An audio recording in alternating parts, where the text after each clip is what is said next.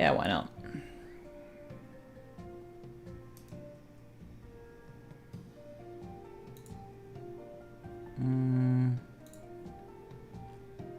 Damn it. Okay, there we go. It's been a while since we've done this. Been a while. There we go. That's all there. Okay. Doing something I've not done in ages. Streaming some video games. Play on House Flipper. Oh, yeah. No, I just decided sort of out of the blue, really, that I wanted to take a swing. Let me go turn that down a bit. How's that? Is that about right? You can hear me over the, yeah, I think you can hear me over the bits and bobs. Right. Defaults, yeah, currently used. Settings. Currency, let's do pounds, makes more sense to me. Quick save, cursor, game FPS, gameplay, minimap. Honestly, I don't know what most of this is going to mean to me at the moment, so let's just dive in and go for it. But yeah, it's been a very long time since I've done this because I have been busy doing other stuff, and when I was doing my streams previously, I've been mostly doing chats and sewing and other bits. Content with this shack. Okay. New jobs have appeared in your inbox. Okay. Check out all the things you receive. Cool. Cool. Dispose. Oh wow, is this just literally so I don't have to drag it anywhere or anything? Time to check my laptop. Okay. You can't afford to buy a house yet, but it looks like you already have your first email. Let's see what that's about. Mail. Oh, radiated from my house. Face spam.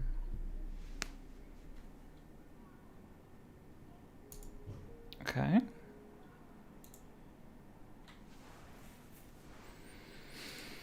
Ba-da-ba-ba. Radiator thief. Unlock new tool. From now on, you can clean dirty stuff with the mop.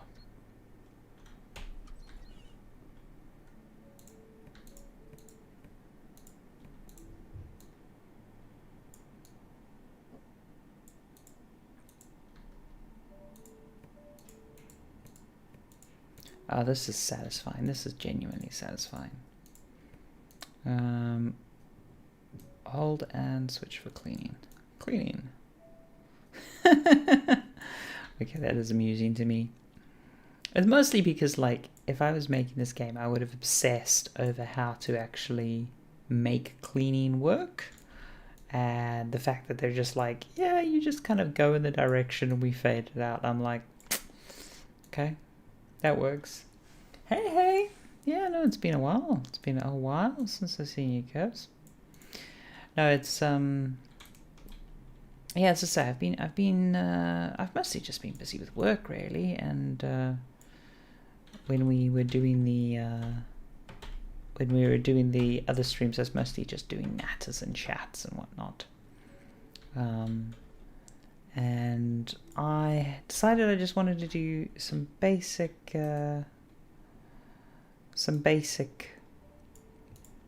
streams for a while, because I just wanted to get back into the habit, really, more than anything. So I'll probably just be playing some games over the holidays and getting back into there. There is some like YouTube videos and some other bits and bobs I want to do, but I'm trying not to trying not to think too much about that at the moment. I'm trying not to like force myself into, oh no, you've got to do all this stuff, because yeah, I think that's the main reason why you haven't seen me as much, as I basically got paralysis, on the sense of, oh god, I've got to do all this different stuff, and I was like, I know what I'll do, I'll just not radiator by now.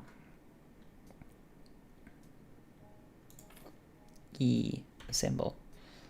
Oh, okay, that is satisfying. That is very satisfying. That is really simple. But yeah, now that is spot on the right way to do it. New skill point. I don't want to spend the tablet skill point just yet. I'm going to do my cleaning. My magic cleaning brush.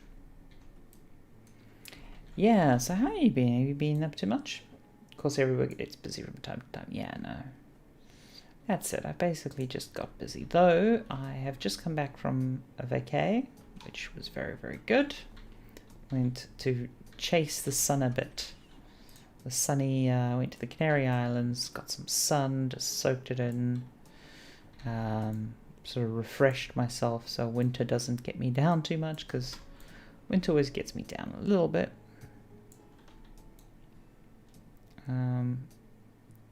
Okay, that annoys me because that texture actually has like a dirty towel in it, but it's not actually considered dirty. It should be fine. Should be fine.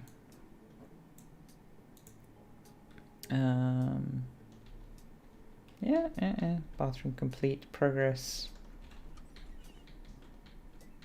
What are we meant to? Remove the weeds. Okay. There we go. I'm assuming I don't have to worry about accidentally removing flowers or anything. New skill gardener. Yes. Makes me happy. Oh, yeah, no, I have a whole angst about people who stream like it's going to be their job. I mean, to be fair, if someone wants to become an entertainer, you know, fair on them, go at it.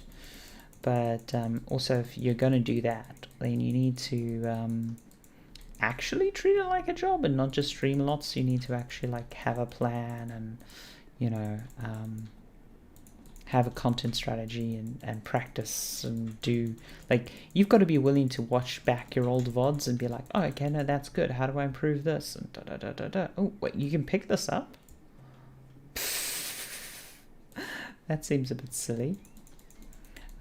Yeah, no, you definitely need to actually put in some real effort into like making it a thing, which is, you know, a valid thing that people can do. But then at the same time, I'm also like, you do know the odds, you do know the returns, you're right.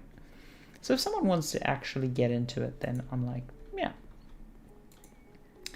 To avoid storing neural net weights.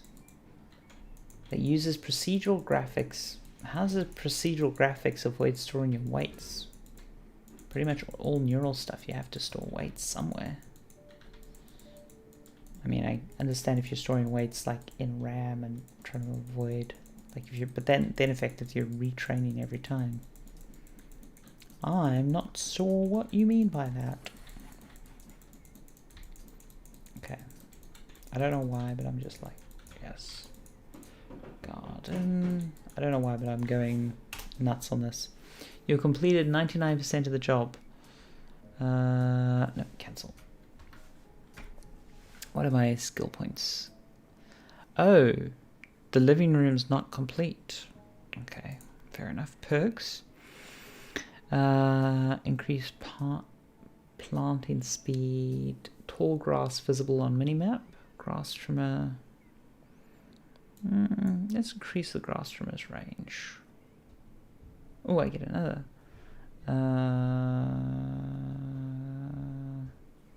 Do I want the mini map or the speed? I'm gonna go for the speed for now.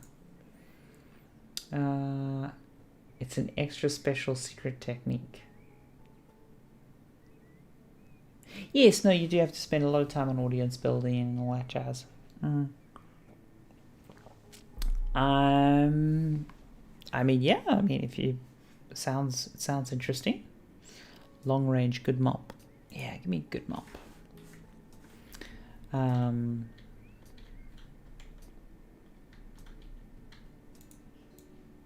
Okay, I don't know how I fix that just yet. Hold to pick up. Well, is there something I haven't quite gotten right here?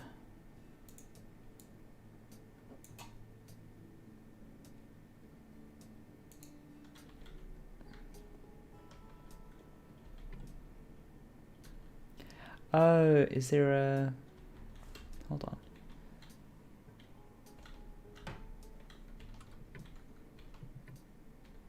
Oh, what is going on here? Is there a... Oh.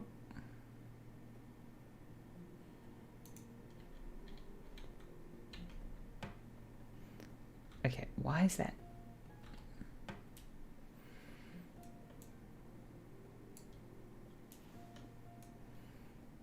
Open. Is there something I'm meant to fix here or something? This is what I want to know. Hold to pick up.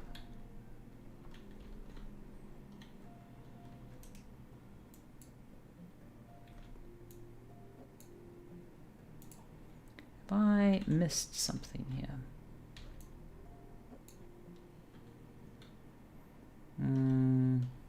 I mean, this... Putting it this close to the oven seems a bit unwise, but okay. The apartment's pretty small to begin with, so...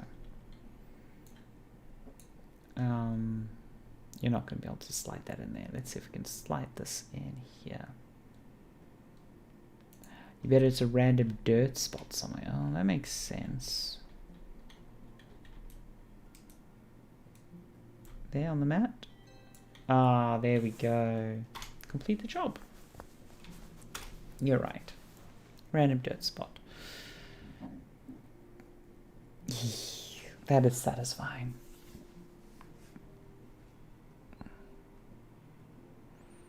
I want to mow the lawn is what I want to do.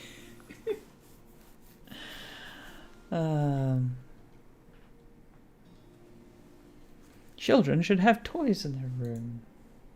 Oh, fair enough. Okay, let's clean up our place, because our place is a mess.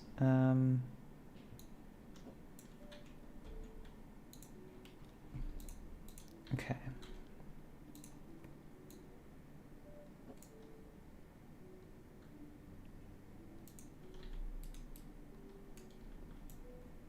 There we go. Yeah, I'm really curious how you can do neural nets without storing weights, because that is actually like now bugging my brain quite a bit, I have to admit.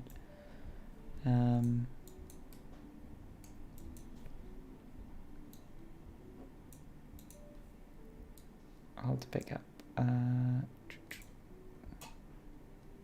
Oh, this is just...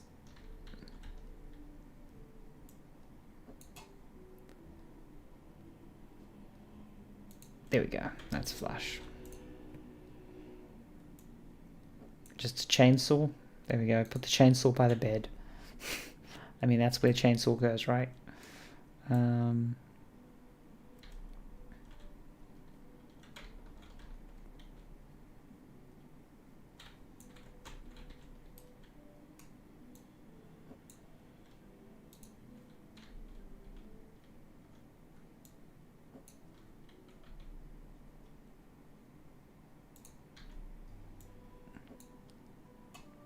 Can that, like, get in there?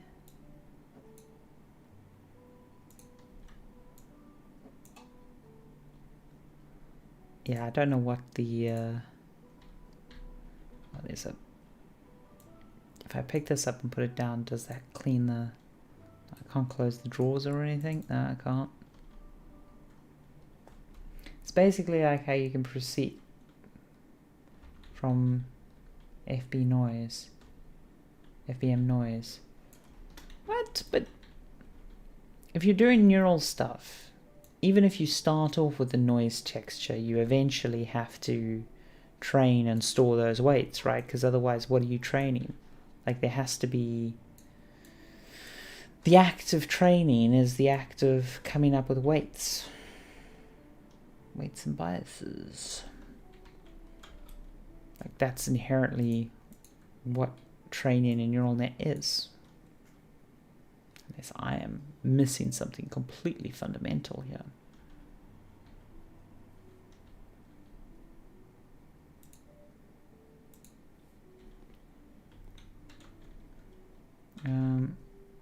Close. Yeah, how do you fix that? That bugs me.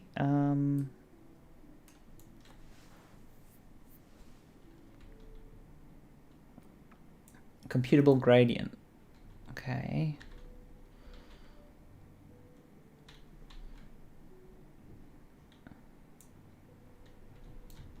But a procedural texture still stores data. I mean, you may be storing the data in a function that's using to generate it. But,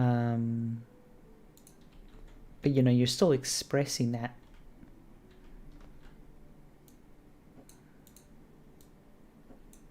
I don't know. I think there's an explanation I'm missing here.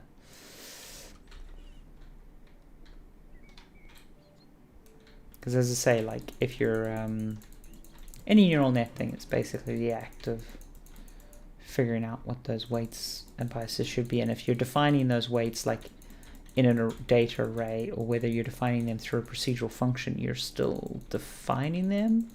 And then, like, because I know about methods where you use procedural data for weights, and then what you're doing is you're like curve fitting or using noise models to like get to a better place, because there's some cool stuff you can do with that and genetic algorithm stuff.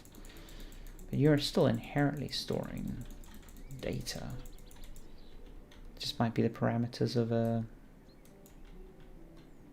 Does that clean? What is dirty here? Hold to clean. Don't know what I'm actually cleaning there. Position values for the noise function. Yeah, that's what I mean.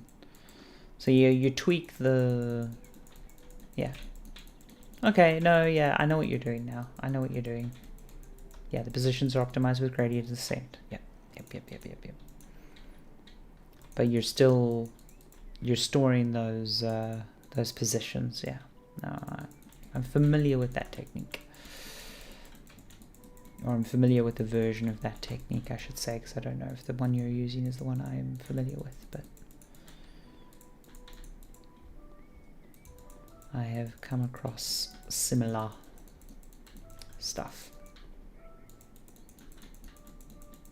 Yeah, it was just confusing to me when you were like, oh yeah, I'm not storing it. It's like, you're storing less, a hell of a lot less data, because that's the trick with that, but you're still storing... Yes.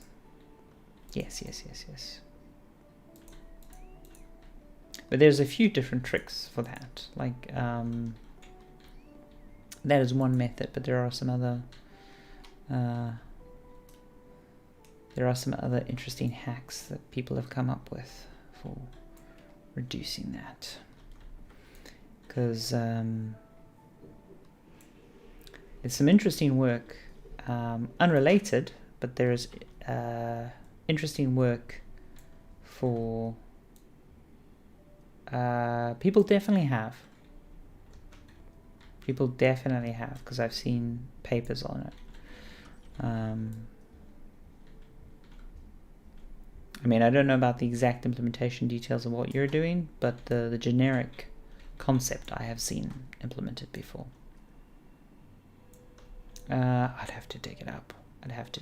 I'm not the best at keeping track of my sources and stuff.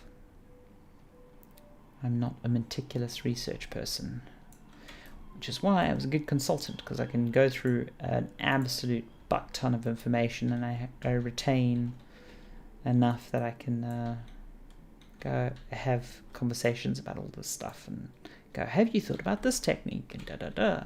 But yeah, I'm terrible at actually retaining my sources. I should be better about it. Google to find it. So the most likely places I would have come across it would have been 2 minutes papers, Sony research, or Adobe research. Probably Sony research because it's an older memory. Or where else?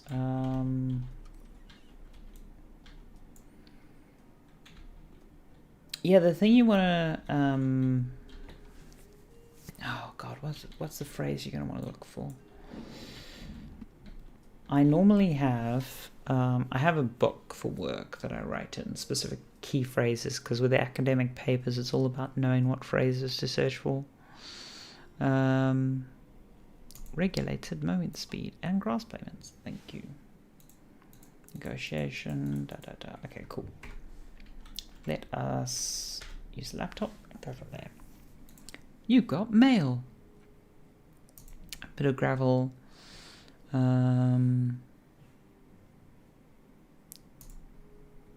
Sure.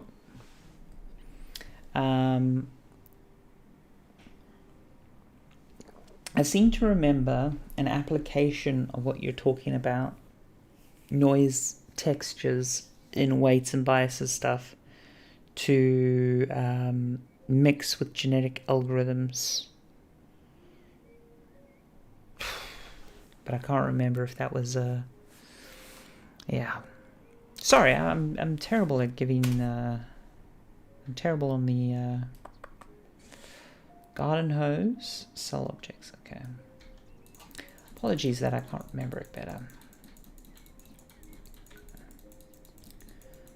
Apologies on that.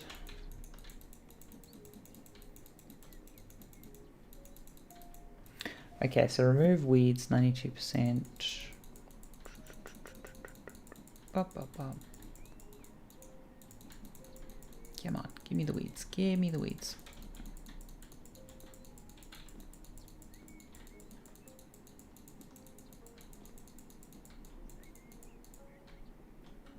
There we go.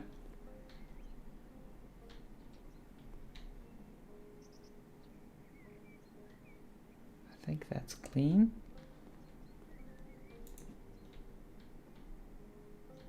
%. Okay, I don't think there's any weeds there.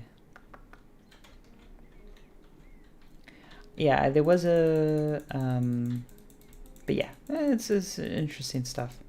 I don't think I'll be doing any crazy coding projects over Christmas. Often I like set myself a little project and do stuff. Though I recently went on holiday and I had a very amusing amusing experience. I was doing some place plants and scatter the gravel, single color gravel. So how can I cut that? Garden hose, cell objects. Okay, this is the cleaning object, I'm guessing.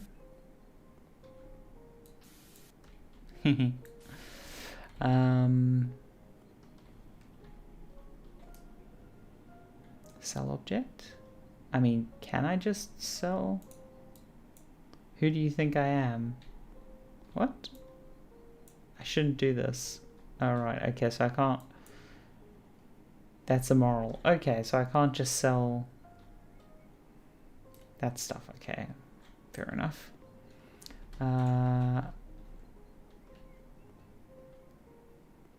So now I need to plant flower bed one, place a plant. Okay, so place plants. Here we go. I quite like the spiral one by now.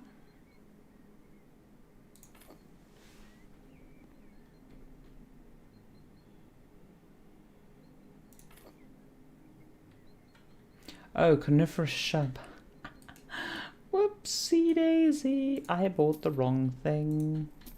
Coniferous shrub is what they want.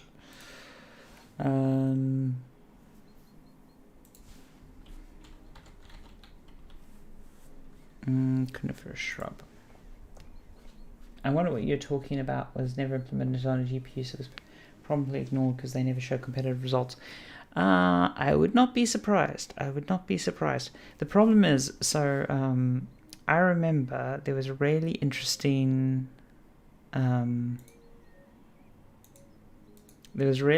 paper where they were talking about using neural nets to help peer review. Wait, is that not a coniferous shrub? Oh, for fuck's sakes. They were talking about using neural nets to peer review papers because coniferous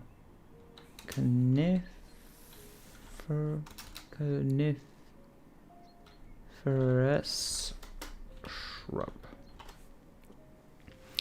There we go. Column cut. By now. Does that not count as a coniferous shrub?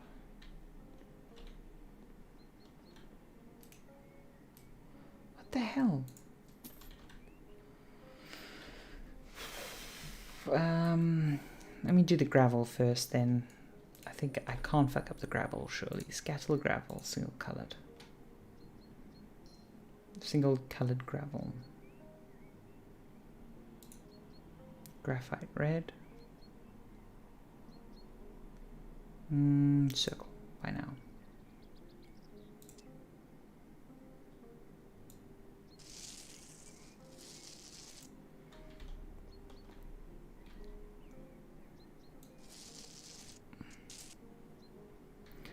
Oh wait, do they want to like cover?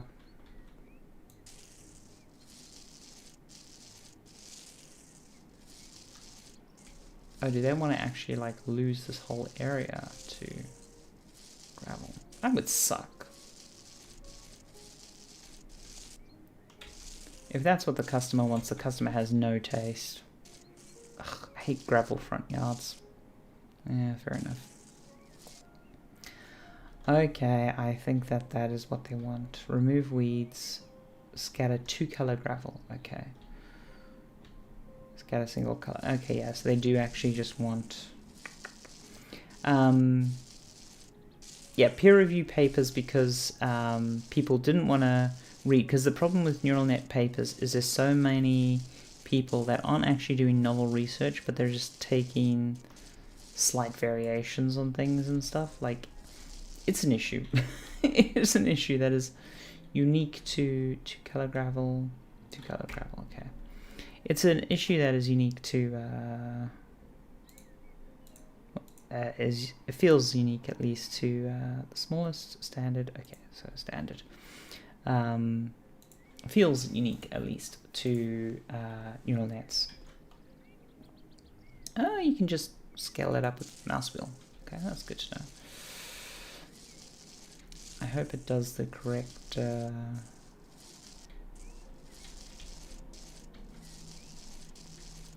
man, people have no taste.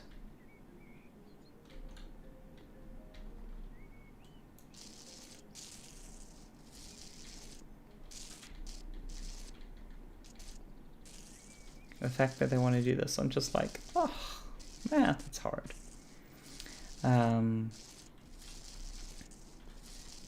But yeah, it is amusing because yeah, like basically people wanted to find cases where someone had used very similar techniques to other papers, and all that they were doing was they were doing a slight modification or feeding in a new data set or yeah, all the different things. Okay, so tasks. Okay, so I'm just going to go shrub. Small coniferous shrub. Coniferous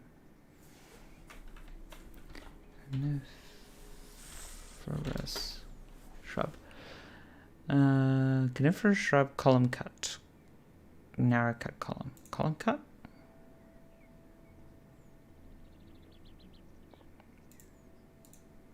Are these all coniferous shrubs or are they not? I'm assuming they are. By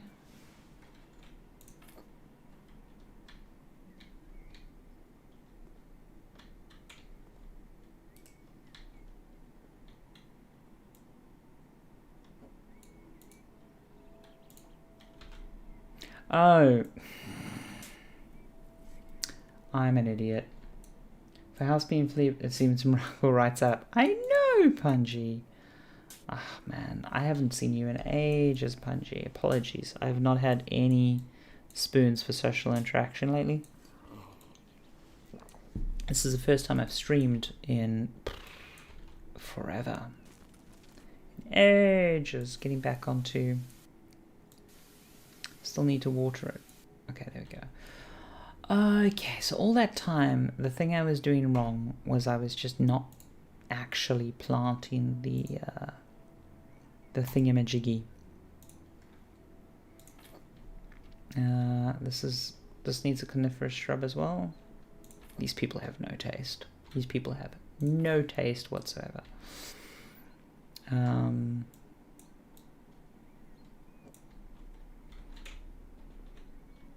Let's see if we can help them out a bit by just hiding.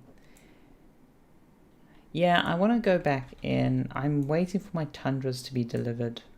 My tundra trackers should be delivered.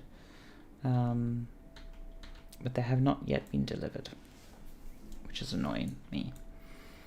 But it hasn't helped as well that like my schedule's been all roly-poly. Now that I work with Americans, it's so often that I just work late and then like I'm out of energy, so I leave my study for a bit and I'm like, okay, I'm going to go do some other stuff, and then by the time I have energy again to come back to the study, I'm like, oh my gosh. But yeah, no, I want to get back into that bits and bobs. Bits and bobs. Also, there's a lot of cool VR multiplayer games actually I want to spend some time in. And I might poke you on Discord when I have time for those, if you're up for those. There was a few on my radar where I'm like, oh. And I've been meaning to poke some friends and go, do you want to do some VR multiplayer?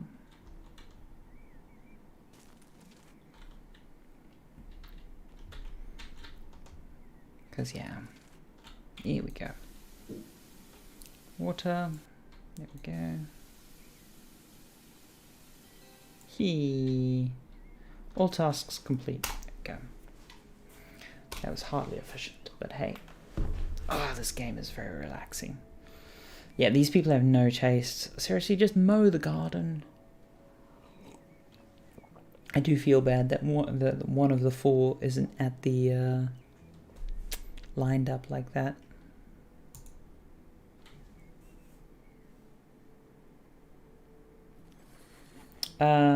Non-VRC multiplayer game. Non-VRC multiplayer game.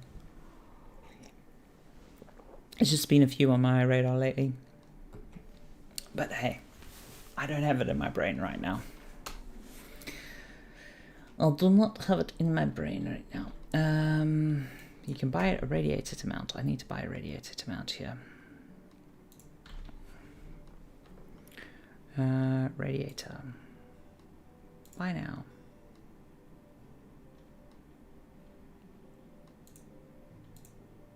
Why is the radiator not getting mounted there? You need to find an appropriate place to install it. I thought that was an appropriate place to install it.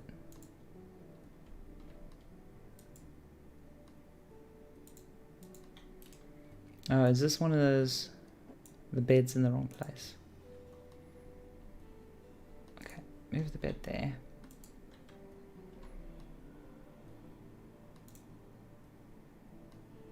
Okay. Here we go. Assemble. I'm down. Someone's trying to get me to check out Zenith. Yeah, so Zenith was one of the ones that I definitely wanted to spend some time on. I haven't got beta access to it. But I need to just actually pre-order that. But Zenith I want to actually spend some real time on. Because it looks like it could really be my cup of tea.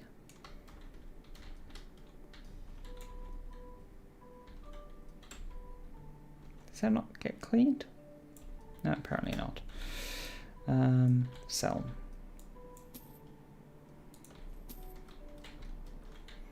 I probably shouldn't sell the remove.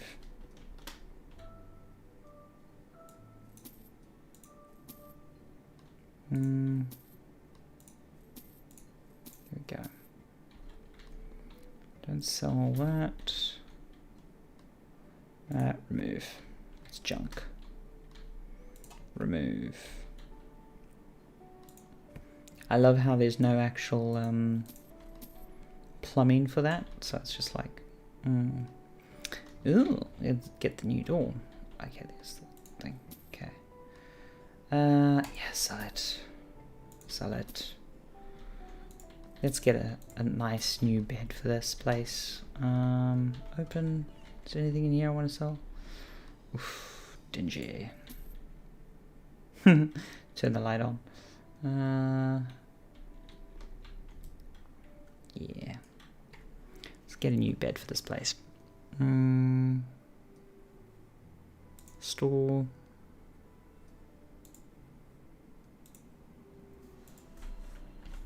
Bed. Decorations. Furniture. That's garden, so it's definitely here. Bathroom, decorations, furniture. Bedroom. Beds. Simple and small. We want simple and small. Sort by price ascending. I'm just waiting for the bazaar. What do you mean the bazaar?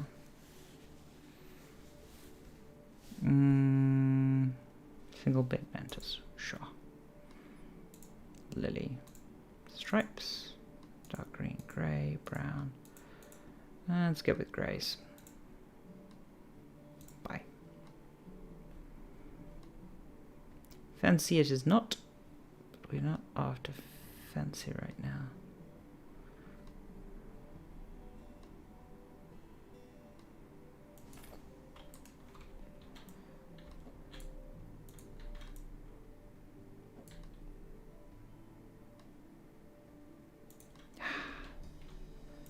That makes me happy.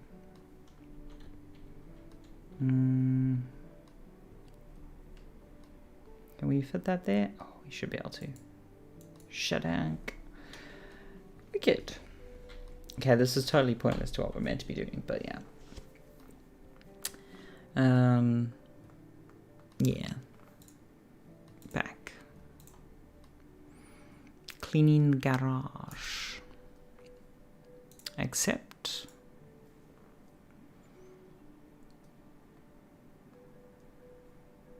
A Rainer Tempo Storm Auto Battle game. Oh, okay. I have been playing an absolute butt ton of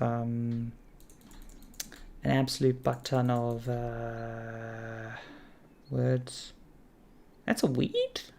Doesn't look like a weed to me. Looks pretty. Been playing a butt ton of Super Auto Pets. Super Auto Pets is so addictive and it's so good. Like, it's one of those.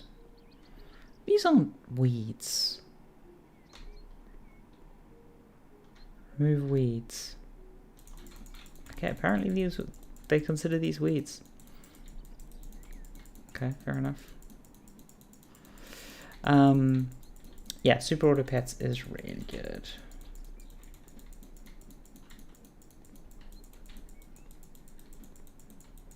Because I'm not a huge fan of a lot of the auto battlers I've seen.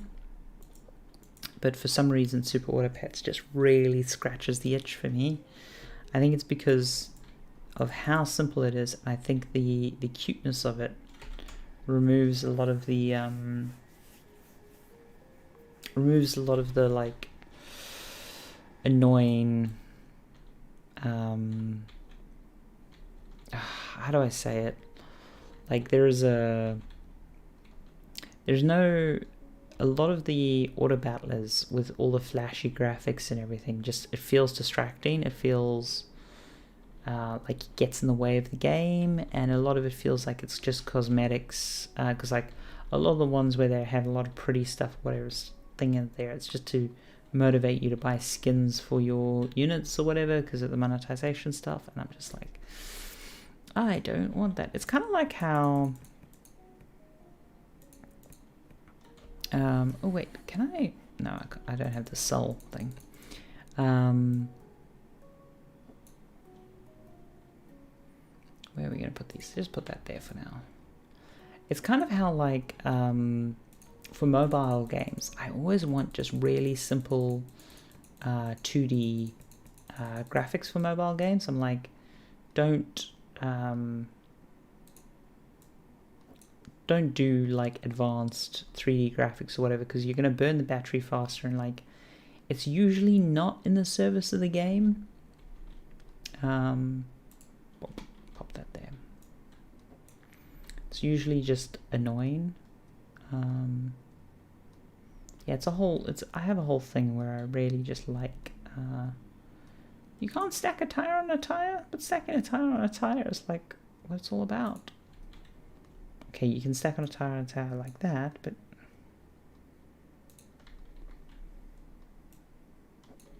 okay, this annoys me. This annoys me. Why can't I stack a tire on a tire? Okay. This game is meant to be pleasing to my OCD. There we go. Yeah. That's the other thing I've just realized with everything that I've been up to, that because I'm not going into the office and I have less routine or whatever, my ADHD is getting up. It needs attention. It needs attention. Get a little out of hand. So I've been trying to come up with more techniques to deal with that, because yeah, I like to just self-manage that stuff. Hearthstone's mystery. I just don't want to. I don't want to engage in any Blizzard products anymore. I'm just done. They are no longer the company that, you know, like, I let them coast for so long just because of so many happy memories of StarCraft and Warcraft and Diablo, and it's like, it's only so long you get to coast. Clean the window. Ooh. Oh, hold to clean. Oh, that is satisfying.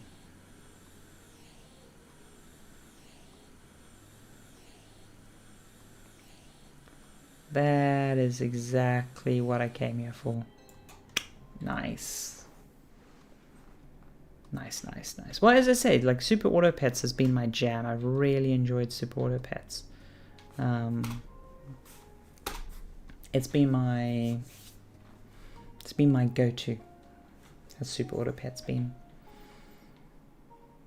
Man, I really wanted to mount those bikes on the wall.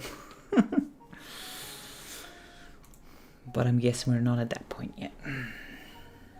I need a place for my books. You don't have any books. What I wanted is a mower.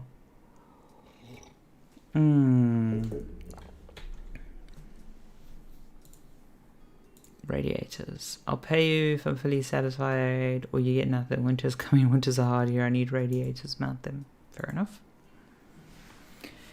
Fair enough. Storybook Brawl is decent too. I've tried Storybook Brawl. Not tried it. Though, to be fair, I haven't been playing a ton of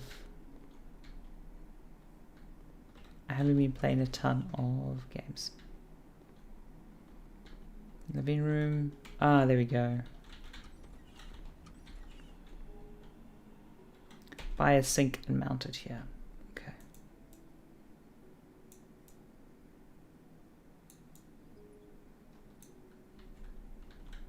Surprised you don't have to go turn off the water mains, but I suppose it would be like kind of harsh to people if we punish them for forgetting to turn off the water mains, because that's like real life. Oh man. The amount of times people have made like silly, I mean, it's always the trouble with anything to do with plumbing. It's the indie take on Hearthstone Battlegrounds. Oh, okay. Well, that's usually interesting and good. Some seriously good gameplay innovations. Nice. You know, other than Super Auto Pets, which I got super into, I played a bit of been playing a bit of the Amazon MMO, New World. I enjoyed that. It was fun. That was fun. I fell off it, to be honest, because life just got a little bit too busy.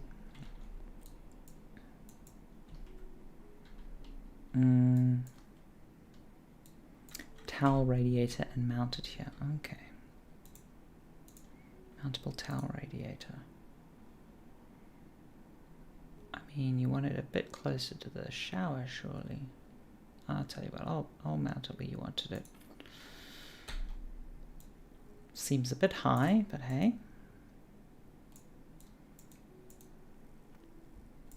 Who am I to judge your terrible home decor decisions?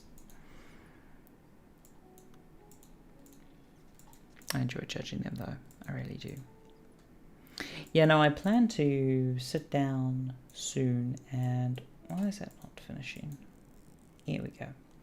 I plan to sit down soon and just do a sort of mental recap on the year, on games I played, but also like how my projects have been coming along, and just really sort of document the year for myself. Multiple large radiator by now. Oof, did I... Yeah, I goofed. I need the radiator. There we go. Bye. Yeah, because I just want sort of a track of the year, and also last year, because I didn't do one for last year, because I normally do one for the year. But yeah, I need to sort of nail that down and get a track on it. Faster cleaning. See dirt on the minimap. I'm going to go for that. See some dirt on the minimap.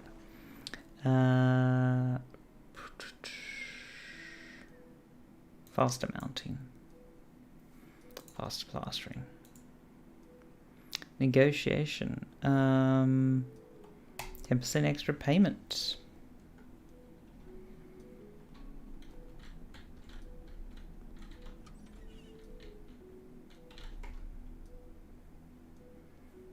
Store radiator by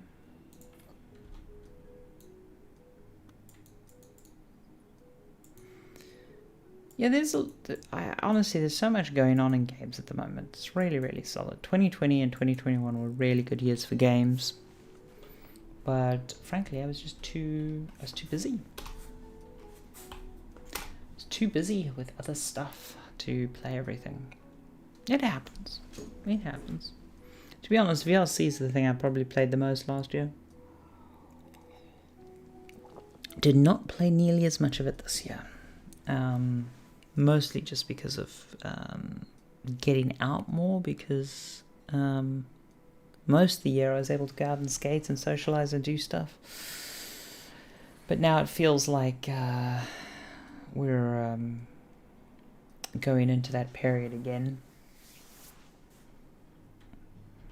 Don't know when people will feel comfortable socializing as much anymore.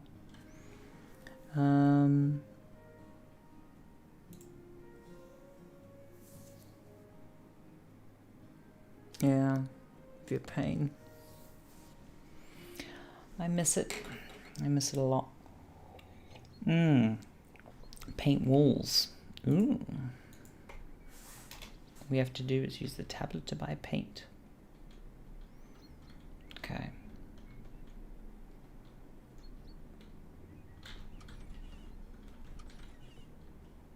Children's room. Ah, there we go. I see the first sort of thing we've got to look at. What is...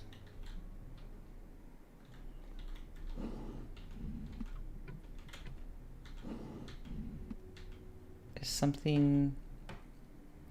a repair electrical outlet?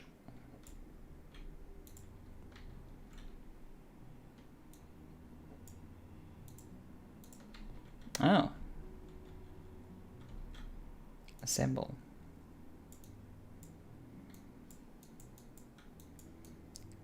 Man, it'd be so amusing if you could actually shock yourself with this.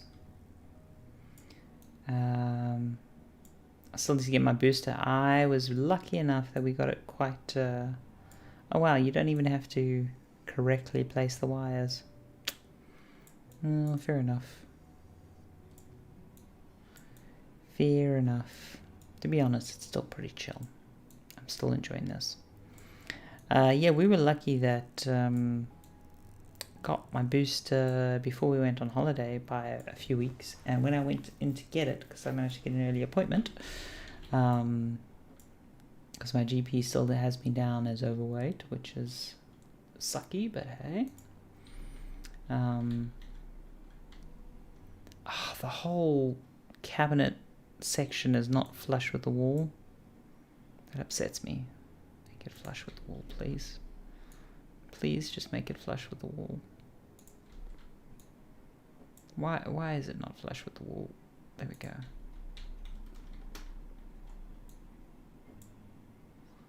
Yes, this is totally how you hold your cabinet.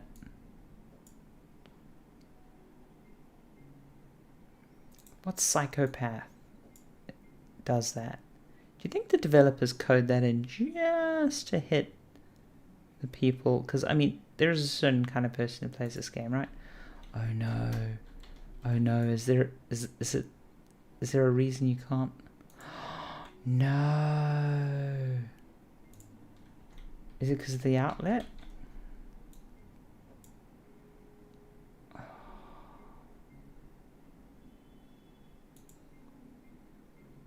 Oh, that's frustrating. Well, at least it's flush in that section.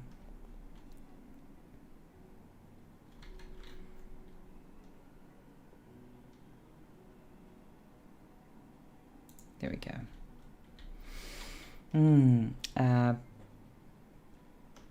Paint with colors Amaranth, Adventure, and Grey. Oh, fair enough. Oh, I love hard space. I should get back into it. Amaranth by now.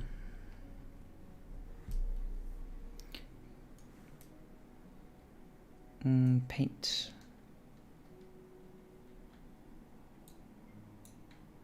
Refill the paint roller.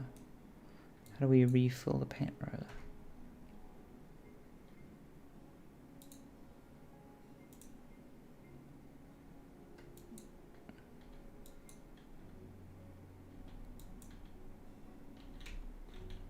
Oh.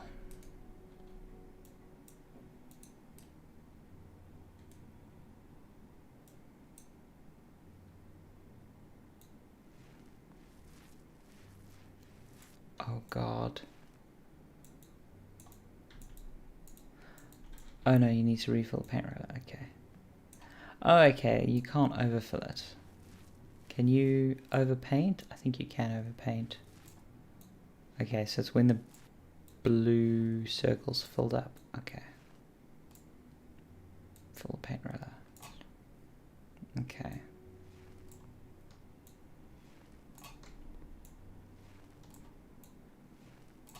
Oh, that is so fast.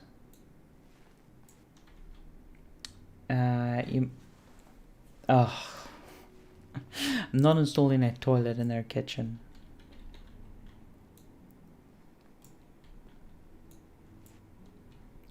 It's madness already.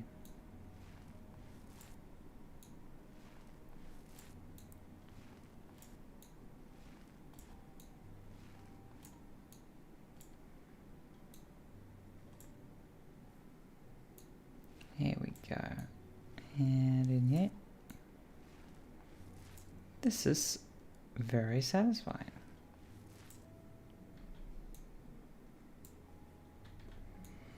I wonder if they've applied color theory stuff, because there's some pretty simple color theory algorithms you could apply. I'm guessing not, judging on how they've implemented a lot of stuff in this game. I mean, it's smart. They've basically shortcutted a lot of things, but I'm just like, it's funny because it's definitely not how I would do it, but it's also probably why this game is successful, because they've not given themselves the hard things to do. They've been like, what's the easiest way to implement this? I notice it with a lot of these sort of simulation style games. That's why I appreciate Hard Space so much, because they do actually do a lot of the difficult things. Which is rare.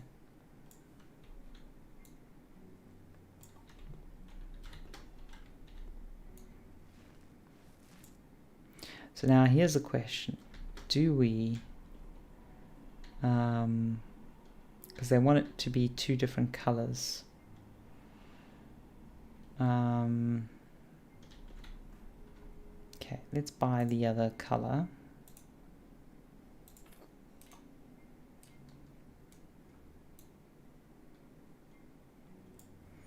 And then let's go with this wall here.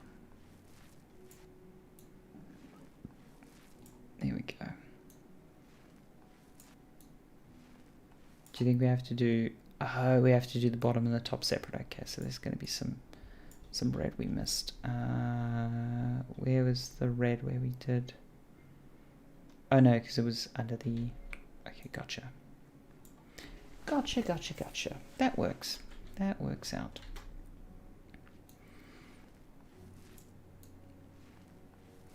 I like how I'm painting into the ceiling a bit. Yeah, as I say, it's little things like that where it's like, oh no, the player's not actually going to care. It's a good compromise. It's a good thing to do. But I'm just like, oh, if it was me, I would have wasted a lot of time on stuff that probably isn't core game path loop stuff. It's a weakness of mine. I know it is. I'm well aware of it. I tend to work around it, and I tend to be aware of when I'm doing it, but... Yeah, and if it was hard space, it would be punishing you for, like, being sloppy. Like, you'd have to move all of the... You'd have to move all the furniture and do all the covering and stuff, and if you were a bit... yeah. And the paint would dry. Yeah, I know. It's a different vibe. It is very much a different vibe. That's okay. This is a much more relaxing vibe. Though it is nice to be challenged.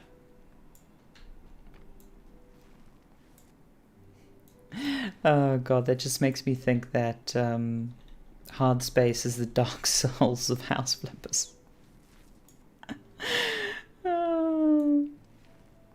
I can paint outside the window.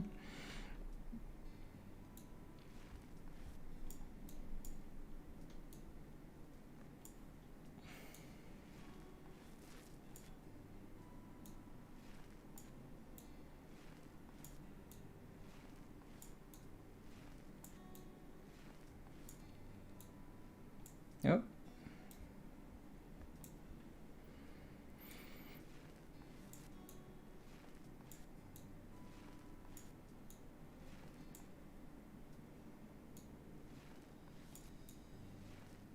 There we go.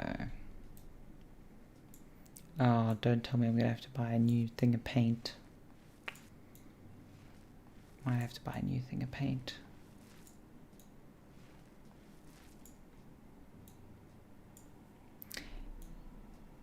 Come on, you've got enough paint to finish this. You know you do.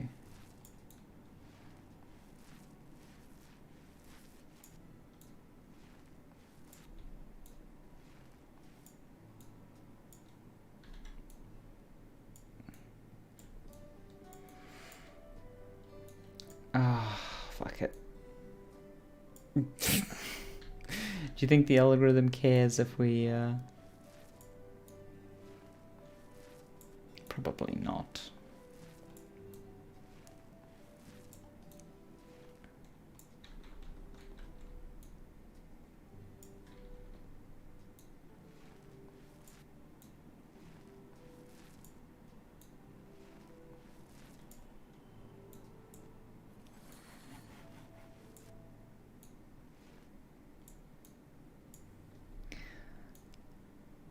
Oh no, are we... Ah, we have to buy... Okay. Let us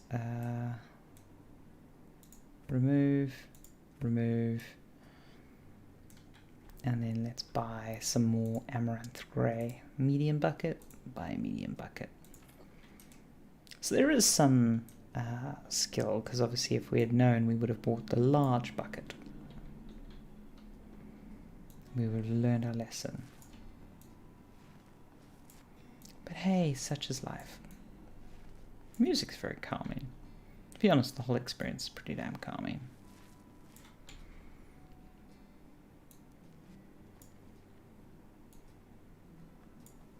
I have been trying to do more and more stuff lately that is just calming and relaxing. Because now that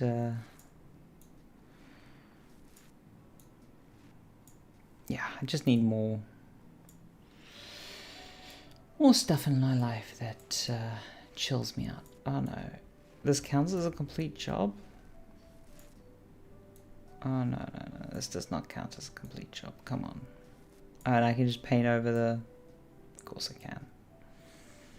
Of course I can.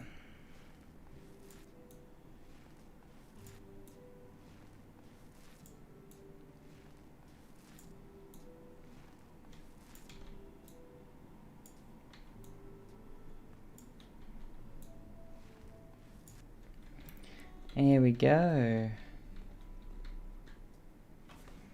Complete the job. You have set... No. Cancel. Is there another section I need to complete? I definitely completed the job in here. Ah, there is an electrical socket.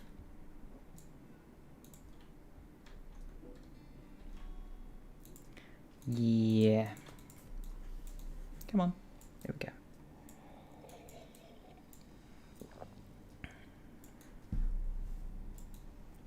This is just playing through an animation.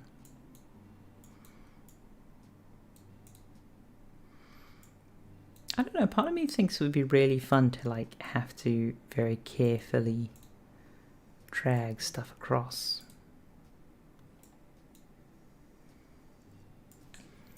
Do you know, now that I say that, I think I saw a setting.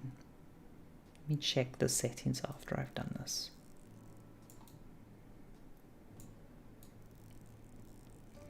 After I've done this job, let me... Everything done, complete the job. Complete. Oh, I should have moved the cupboard back. Yeah, I didn't move the cupboard back. Real contractor job. Hey, you didn't pay me to move it back.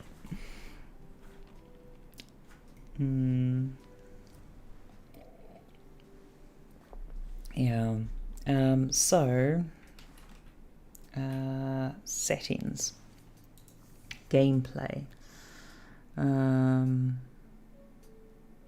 show mole, echo lighting system.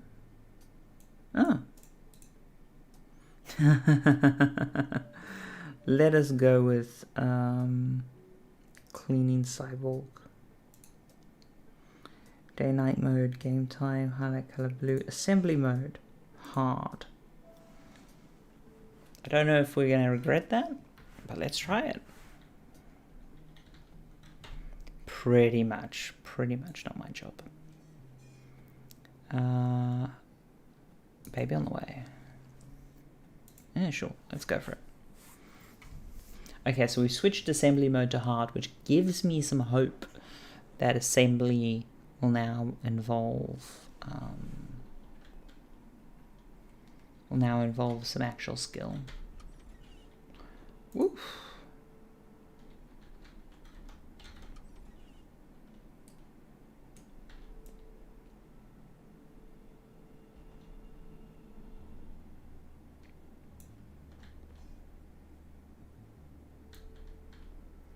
What the hell? How do you get those kind of marks on the doors?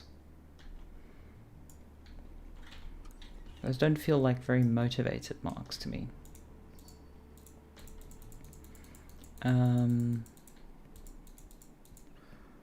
Is there anything else? Okay.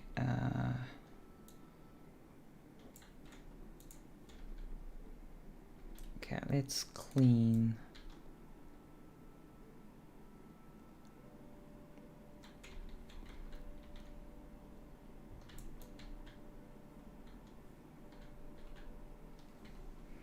We're gonna clean the dirt, clean the window, paint pastel, and then we've got to buy some objects. Okay. Well, let's clean it first. Surprised there's not like a swish sound or something when I'm doing the cleaning. Like there's no audio feedback for cleaning, which feels wrong.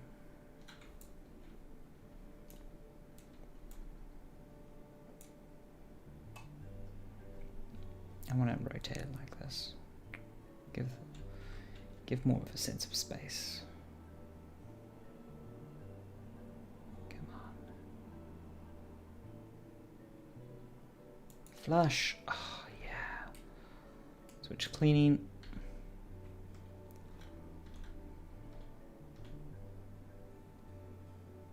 Okay, this is all already assembled. Okay. Clean the window. Oh, you see that? That sound right there. That is satisfying.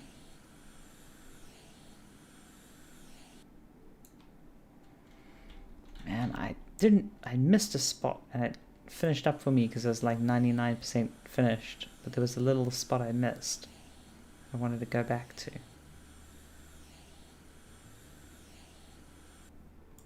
Again, finished up the last little bit for me. Oh, there's a spatch. There we go. Okay. So,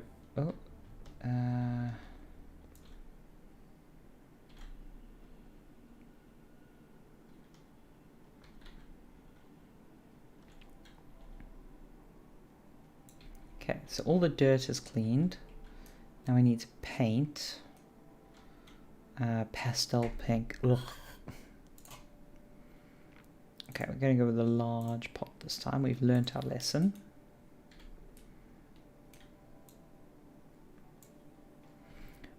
Speaking of, do we have any perks to spend? Of course we do. You won't waste... Oh, God, yes. Paint 2 walls at the same time. Yeah.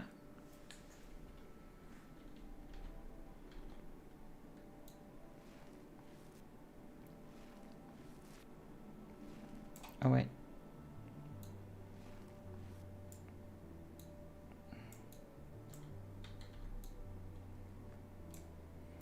Not wasting paint is a really nice one. Why am I not painting 2 walls? That's what I want to know.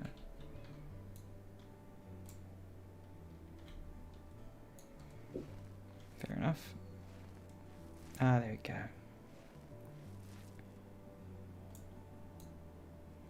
Okay, now I am chomping up the paint on this. But I don't have to worry about wasting paint on walls I've already painted. Yeah. Robot sensors activate.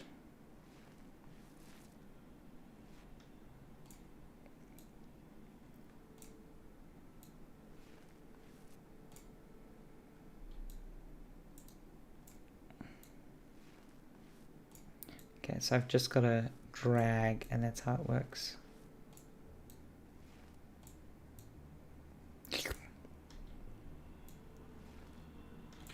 See, more of the task, like, that should have a nice little gloop sound or something.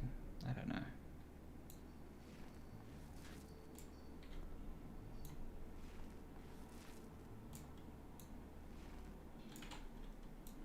Give me more paint.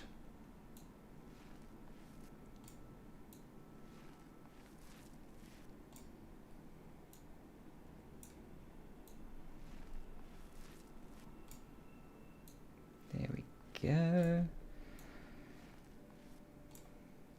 You know, because no one can tell what gender your fucking baby potato is.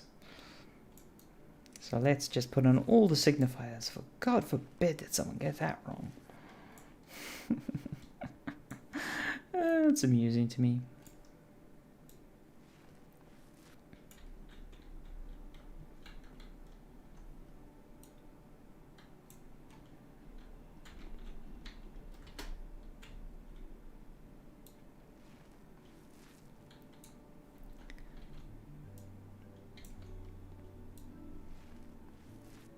There we go. Oh god, that's a horrible yellow.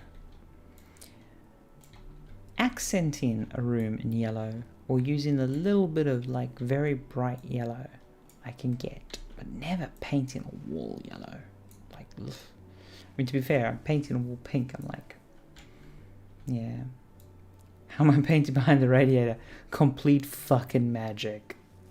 Cyborg Powers 2.0, yo. I mean, anyone who's ever actually done house painting looks at this and goes, yeah. Oh, come on. Let's just lift up this heavy thing over there. Yep, no problem.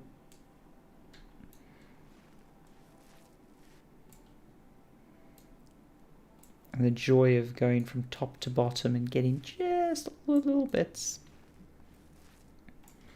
Okay, is that... Oh no, we haven't painted the... We didn't get the top bits. Yep.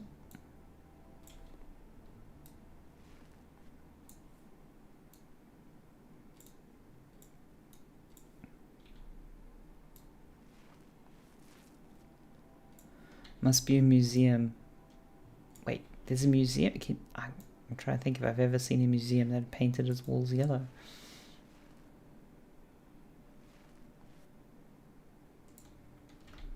You should refill the paint roller. Don't tell me what to do, damn it. Oh.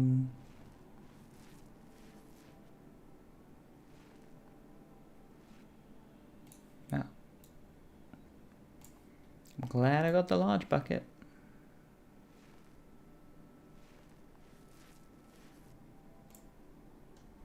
Okay, is that 98%? Where's missed? I missed an area. I have missed an area somewhere. Above the door?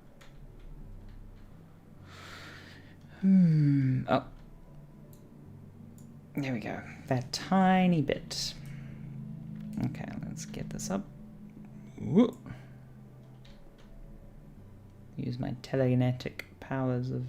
Telekinetic powers. Hold to pick up. Well, we're gonna just sell that, thank you. Negotiation. 25% extra on the job, please. Store. Bunk. Tasks. There we go. Baby cot.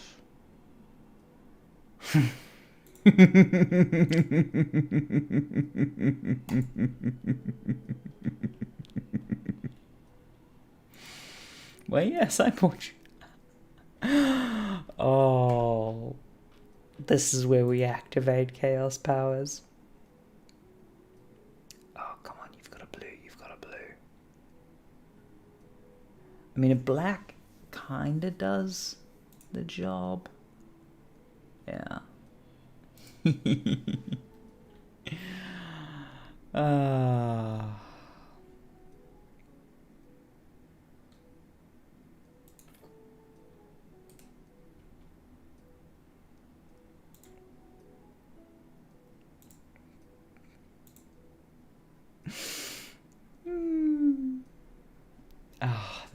This gives me satisfaction in a job well done.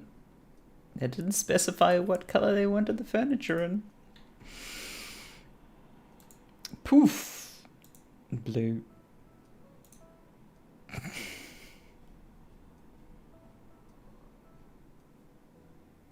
Your VR chat purchase. There we go. Seriously, if you're doing VR chat, beanbags, yo. VR and beanbags works really well.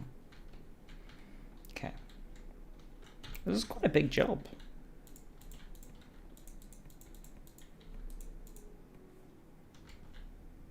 Man, I wish cleaning was this easy. Oh, there. I know. I'm just like, this is trolling. It's especially amusing when, like, you know that the colors are arbitrarily flipped at one point, which is hilarious. It's like how heels started out as a masculine fashion item, and then women started wearing them, and they're like, ew, cuties. Yeah. It's amusing because people are dumb. I think we're gonna have to move that sofa.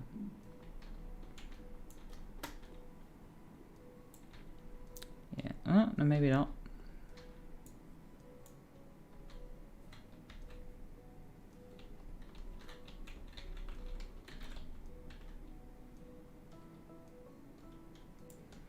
There we go. Windows. Clean. Oh, that was so amusing. I saw another fucking NFT Web 3.0 bullshit argument, and they were talking about how, oh, Roblox is worth so much money because blah blah blah, and VR chat sucks because of furries and weebs, and it's like, no, it's just that VR chat isn't built for fucking maximizing investor bullshit. It's like, people seriously don't understand like how valuations of companies work and shit. They don't realize the way VR chat looks is because it's got customization, and if Roblox actually had not Roblox, Rec Room actually had customization, you would be seeing the same bullshit. It's just the way it is.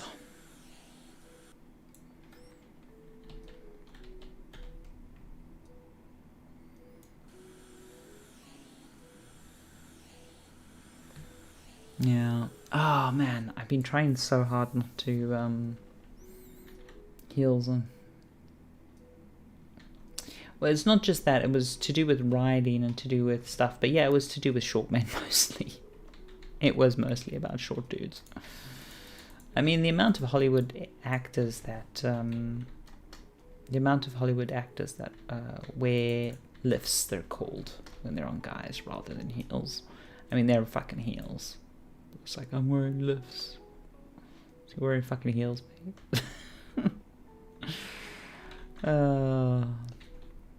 It's amusing. It is amusing. Well, a lot of people were going nuts over the height difference between Tom Holland and his co-star. Zaya, oh, I forget her name. The one playing MJ. People got very upset. I'm going to build a deep learning filter to recognize and replace VR chat furry avatars. What? What? Replace them with what? I mean, you can just, like, tell an avatar to default. Yeah, it uses the creepy Android ones, which don't look great either. The creepy moon thing. Zendaya. Yeah, it is Zendaya.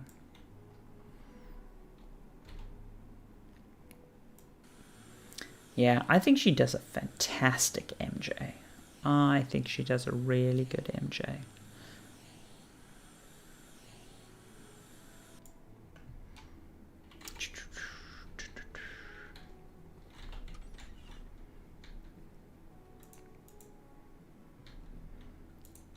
Oh, is this an assembly? No, it's not an assembly. It's just a clean the dirt, clean the window.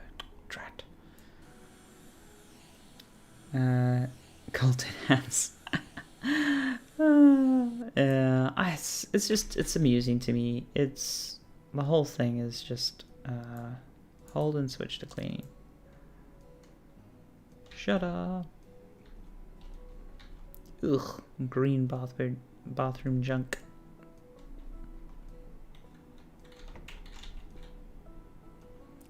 I love how you just have this one tool to remove all scum.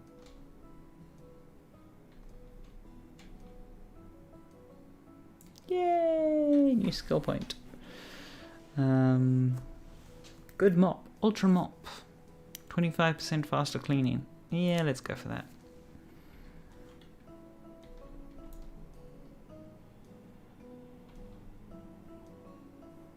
Is there some dirt somewhere that we've missed? Oh, there we go. Clean dirt. All tasks complete. Nice. Complete.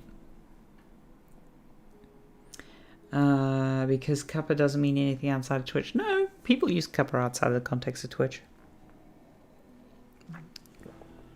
It's broken the social bounds of Twitch, if you will.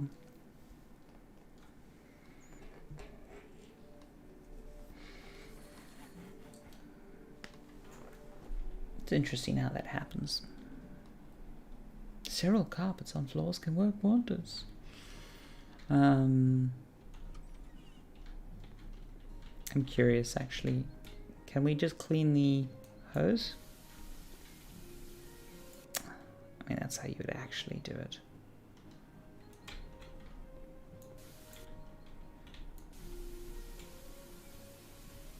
No, no power wash porn.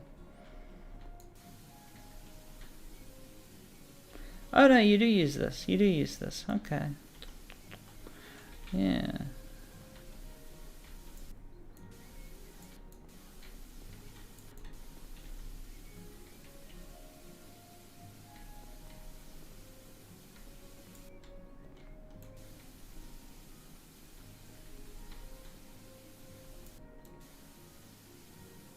Come on, clean it up. Yeah. That's all crisp and clean. Nice. Can't remove that big ass weed yet. One tool to remove all scum. Oh god. Yeah, no, it's the whole people who criticize that stuff really just don't understand how like identity works and how like the social platform stuff works. It's like the difference between MySpace and Facebook. So, for the longest time, black people didn't go onto Facebook as much. And not only black people, but just generally minority communities and all that stuff. Because it was built very much for, like, Facebook was all clean, crisp stuff and was built very much to the sort of WASP aesthetic. And so there was for a very long time a social divide line because MySpace actually allowed you to express yourself. So yeah, it was an interesting dichotomy, and eventually just the level of success of Facebook and the total mismanagement of MySpace, because MySpace was so badly mismanaged. But that's a whole nother story. Oh, that is satisfying. Again, we can't fuck it up, which it has a level of appeal.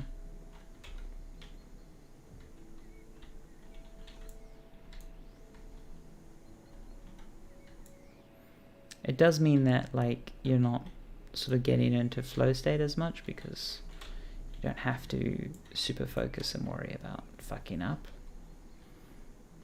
which is a choice. Not sure how I feel about it. I think it makes the game a lot more accessible. It makes the game a lot more people will enjoy it because of that, which is a good reason to do it. It is a good reason to do it. But there is a different sort of state of mind when there is a degree of skill involved. But hey, this was in my backlog. I wanted to check it out, and so far it's super relaxing. Super relaxing. But yeah, I mean, to be honest, if you really want to know my opinions on the whole platforms and shit, it's a lot of it boils down to capitalism fucking sucks. Frankly, like that is the TLDR on that shit. Because a lot of the features, Like a lot of platforms don't allow you to customize your character purely because they want to monetize that customization and they want to monetize self-expression, which just sucks. Like, monetizing self-expression is such a... I mean, I get it. Generally in video games, I think pay to pretty is a less... is a more benign, less evil approach than a lot of other monetization strategies that you could have. So yeah. Yeah, it does mean I can read chat more, which does help. It does help with this kind of thing. Oh, wait, there we go.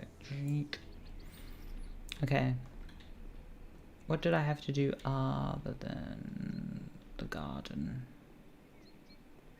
Mowing. Ah, here we go, lawn. Cell object, the spherical shape. This one?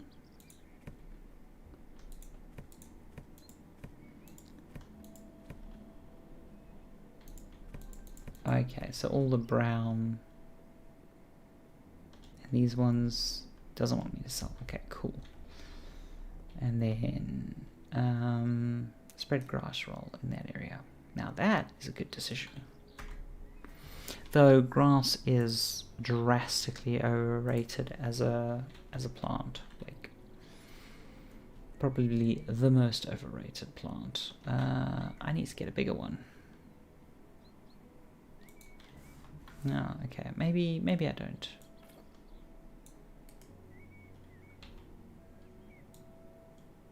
Oh no, I need a slightly bigger one.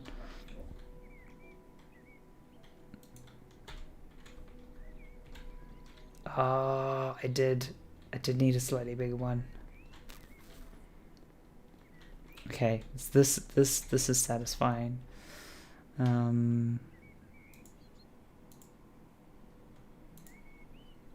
Medium.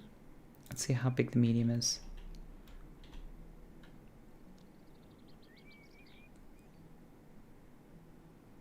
I think here for this section, medium will be okay. No, it won't. It won't. It totally won't.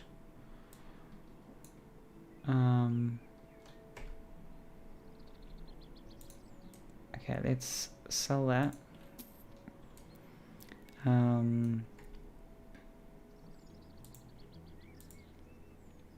Large.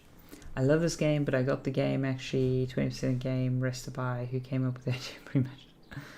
Yeah. I mean, that's what we were just talking about. Like, what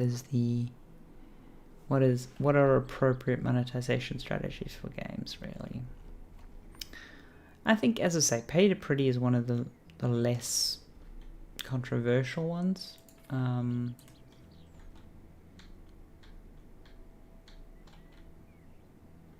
But yeah.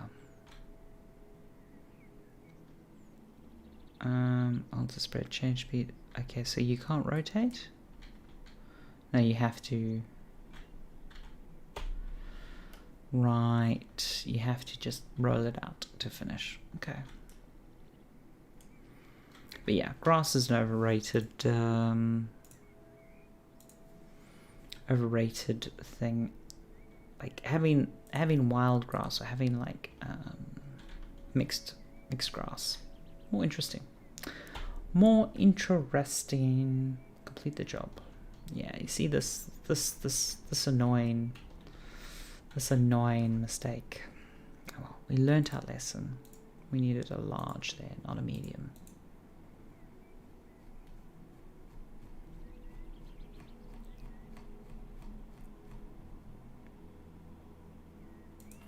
Yeah. Come on, use.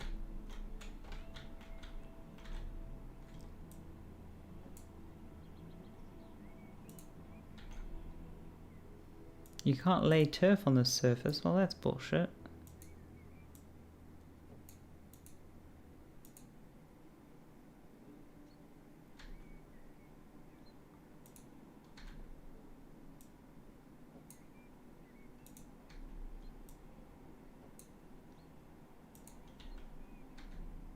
I love how it says you can't lay turf on the surface, but whenever I place the turf, you notice how whenever I put this down, then again, it's not actually increasing the number though, is it?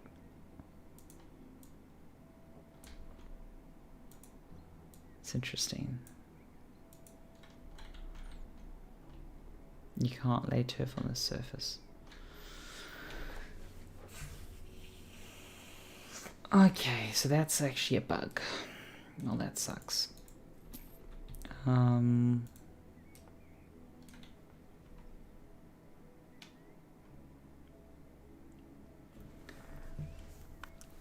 Yeah, well, NFTs fundamentally are a terrible idea, and you'll notice there's no actual video games that are using NFTs. There's just a lot of proposed video games that are using NFTs, and I shan't name the person, but I was at Develop not that long ago, and someone was giving a talk, and they were basically saying how they were building a video game with NFTs, and it's a person who everything I've seen them do in their career is let's just say they tend to be wherever the VCs are. Yeah, and they did the normal bullshit about here's all the benefits, and I'm like, so all this, and they were just like, no more time for questions. It was hilarious. It was hilarious. They were just a complete waste of space. That is satisfying. I have discovered a YouTube channel, by the way, that is just so interesting and weird. Not weird, but just it's called Post 10, and it's about a guy who cleans drains. He literally goes out, and he's like, when drains clog, usually because of bad weather or beavers, is a big one. Hold on, so there's a towel. Let's buy a towel rail. And he basically, with his hands, he down mountable towel radiator. He unblocks these systems, and he films it all and stuff. Okay, so now we're on hard mode assembly. Okay. Wait, so this is hard? Because we changed the difficulty to hard. Oh, there we go.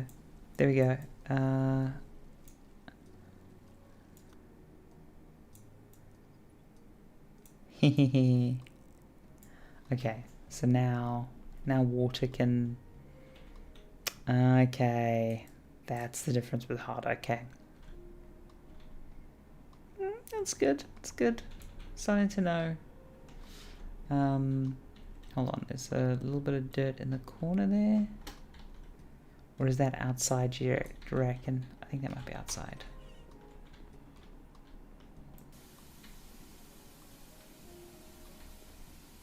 Yeah, it was outside.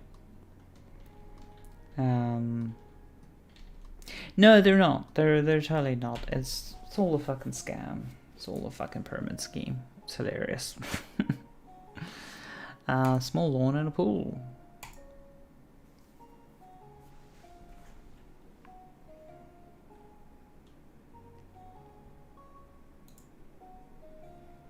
I love how we're not actually house flipping at the moment. We're just doing DIY.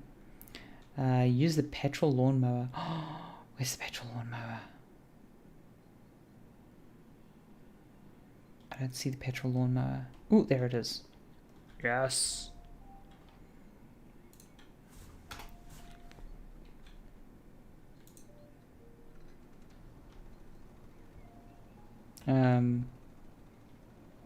Is there any downside to going at full speed?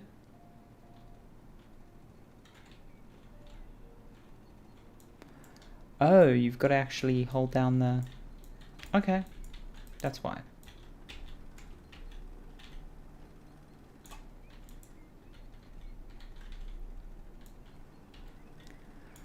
Okay, and if you... I'm guessing if you do any mowing on the the hard surface, you get problems. Okay. Okay. Let's just go around back here and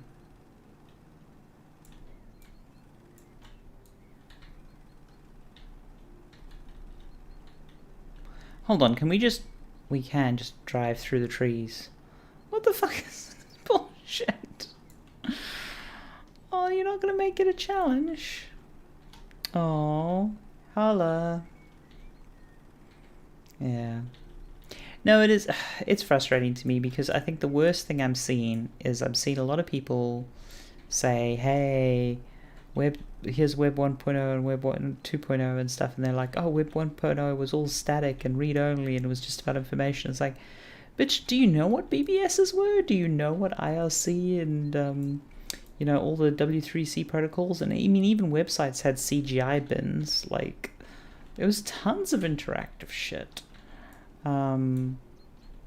Like Web 2.0 is like mostly a marketing bullshit, and like, yeah, some of it's to do with payments and authorization and stuff, but it's mostly just marketing bullshit.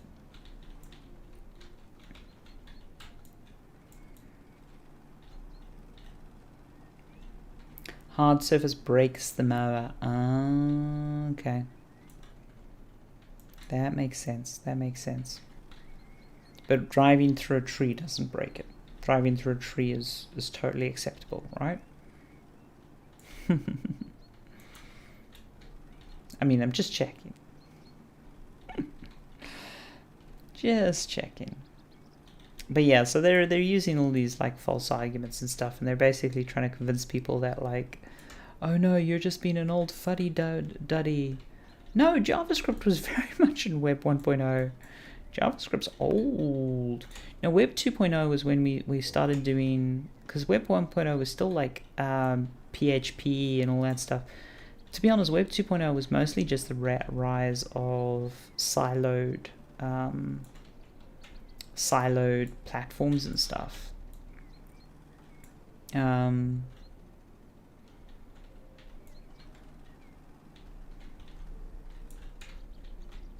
I know JavaScript was around long before that. I think it was more that like people started using more client-side JavaScript for layout engines and stuff, and like being reactive and shit. But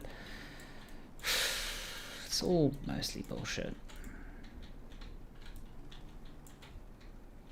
as I say. Mostly it was marketing terminology.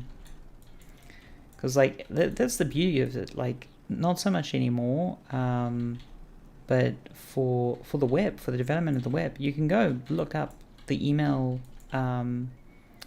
chains on Google Groups and stuff, the BBSs, and just like everyone discussing protocol specs, and yeah. There was a time before JavaScript. So funny story about JavaScript, right? JavaScript was written initially for Netscape. It was originally a browser-specific thing, because back then we had ActiveX and CGI bin and a lot of different ways of executing this stuff that was proprietary to individual browsers. JavaScript was written in a weekend. It was never meant to stick around. It was a hack, and then like slowly. Now what we call JavaScript is more formalized, and it's actually more correctly called like ECMAScript or whatever it is. But this shit just grew up like one thing after another. You know, it was layers of stuff. People trying to draw these arbitrary like 1-2 lines. It's mostly bullshit. It's mostly marketing bullshit. I mean, it is useful from a sociological and like a history point of view to occasionally put stuff in buckets. So there is some of that. But like it was a big shift when the web, for instance, was a big thing. Like Web 1.0 was a big launch. The shift to HTTPS everywhere, and like the shift to more complex microservices and stuff. But this is the other thing that pisses me off, is people are like, oh, the web wasn't decentralized and stuff. No, like, you might not remember a decentralized web, but when I grew up, I was helping a friend run an ISP out of his house in Ladysmith, and you know, like, there were tons of these small little ISPs that were basically run by tech dudes in their houses and stuff, and yeah, it was, you know, it was also the you know, home servers were way more common. And I mean, it's still a feature that most ISPs offer today, but it used to be a bigger feature back in the day, where your ISP would offer you a little bit of server space or a little bit of hosting space, and everyone would have their own little private FTPs, and you know, it was a very different, but it was much more decentralized. It was much more decentralized. If anything, centralization mostly came about because of AWS and Amazon, and the whole getting /dotted, which was everyone's big fear. It's like, oh no, my website's going to get /dotted. Because that was the other thing, is back then, like, people had uncapped. Okay, so now we need to get a wooden sound logic and a swimming pool Moline.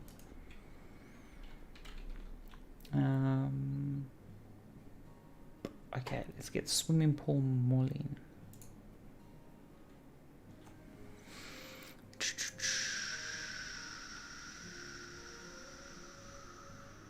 Can't download Houseflip to your computer. Sorry, I'm not going to be able to give you much tech support. I'm streaming at the moment.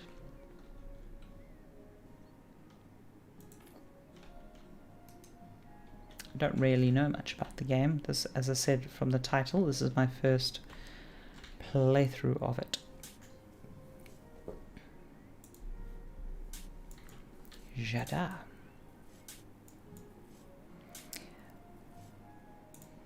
But yeah, no, it's oh, there we go. Let's lift it like the evil cyborg we are. Oh no, it's just done.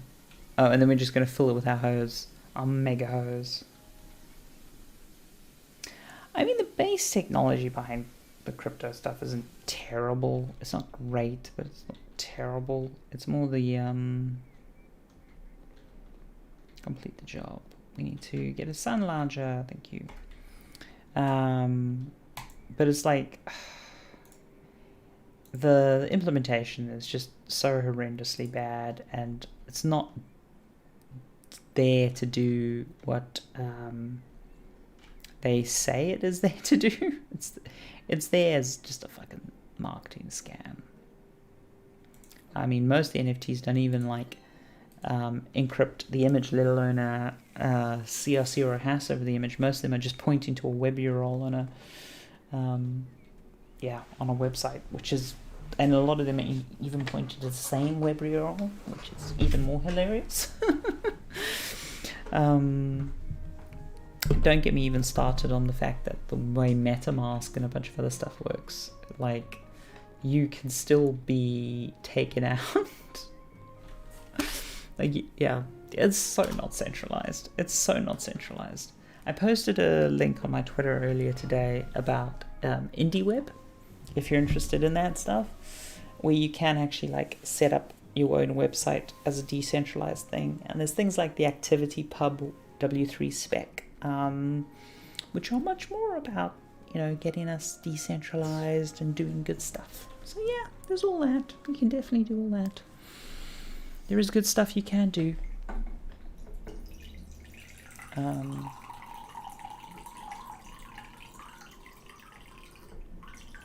For years when I was at Sony, I was constantly pushing, because, like, very few people, well, not very few people, surprisingly large numbers of people use the additional walls. Fair enough. Surprisingly large number of people use the activity feed on PlayStation. The What's New feed, or whatever it was called. And for years I was pushing for us to plug that into ActivityPub and do the whole decentralized approach on that, so that we could we would plug into the federated stuff. And yeah, just never did, which sucked. But it was one of those things that I was always pushing for. Aha! Do you think this is a bit harder now?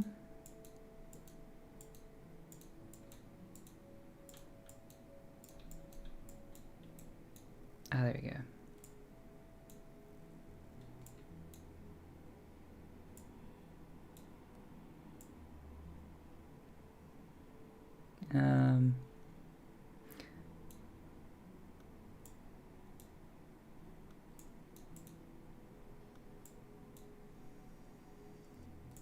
Oh, that satisfying screw-in sound.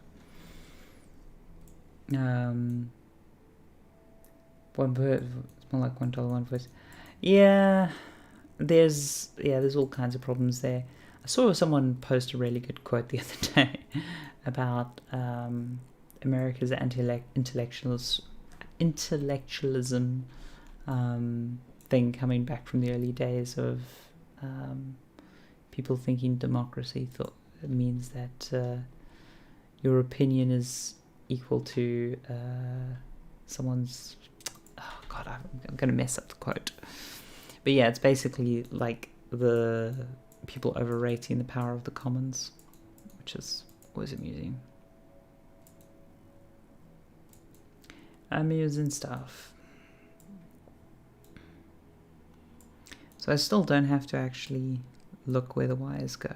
They just go. This is the hardest difficulty for assembly. So.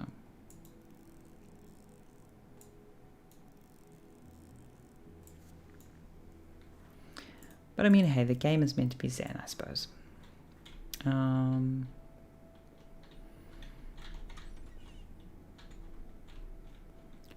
How do you destroy the walls? Build walls, build lintels, demolish. Can you accidentally demolish the wrong wall?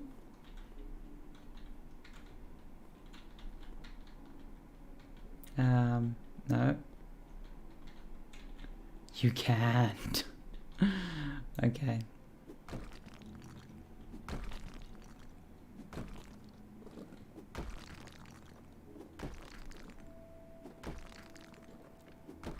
Okay, so that's up to about there.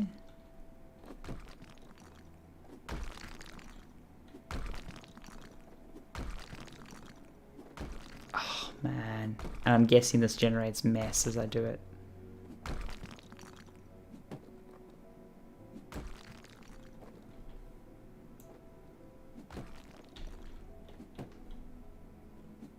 Oh, this does a nice fracturing thing as well.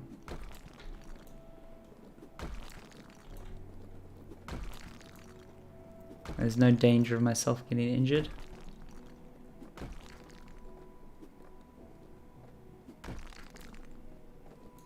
So, yeah, if you're genuinely interested in this Kirby, the thing to follow is the DID spec on W3C.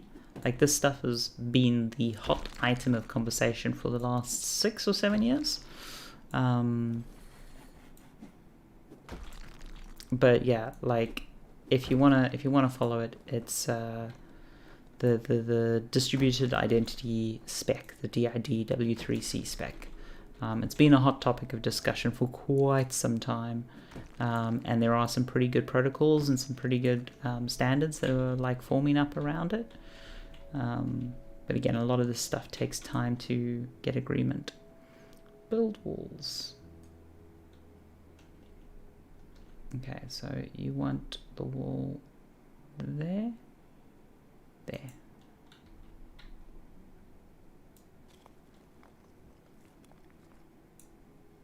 Oh, I have to hold down. Oh, speaking of which, perks. Demolish.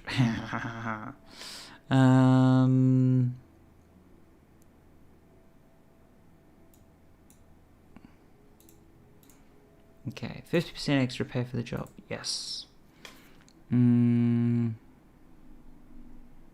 tall grass visible on map? Yeah, go for it.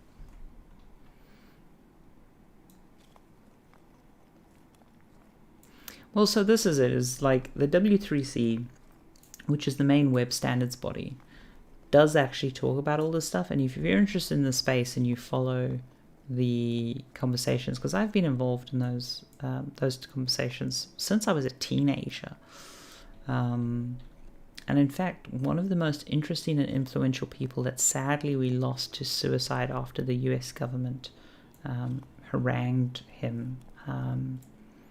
Oh God, my name. Oh, I hate my name blindness. I'm blanking on the name.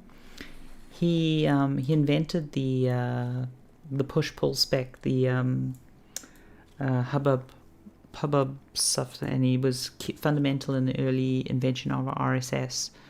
But yeah, basically when he was pushing for the democratization of legal documents, because it's kind of ridiculous that like most of law is based on okay, there we go. Baby cot, cell objects, baby cot, by object, bed grill. Okay, so bed grill. Okay, and oh no, tell you what, I will get it up. RSS inventor, suicide. Aaron Swartz. There we go. Really interesting and very powerful person, and probably one of the most important figureheads in the development of the early web. Real cool guy. Yeah, he did a lot of really influential things, but he got involved in W3C. Can build 3 walls at once. Go for that. He got involved in the committees when he was a teenager, and and really was the definition of like, oh, look at the cool shit that you can do online, because you're judged based on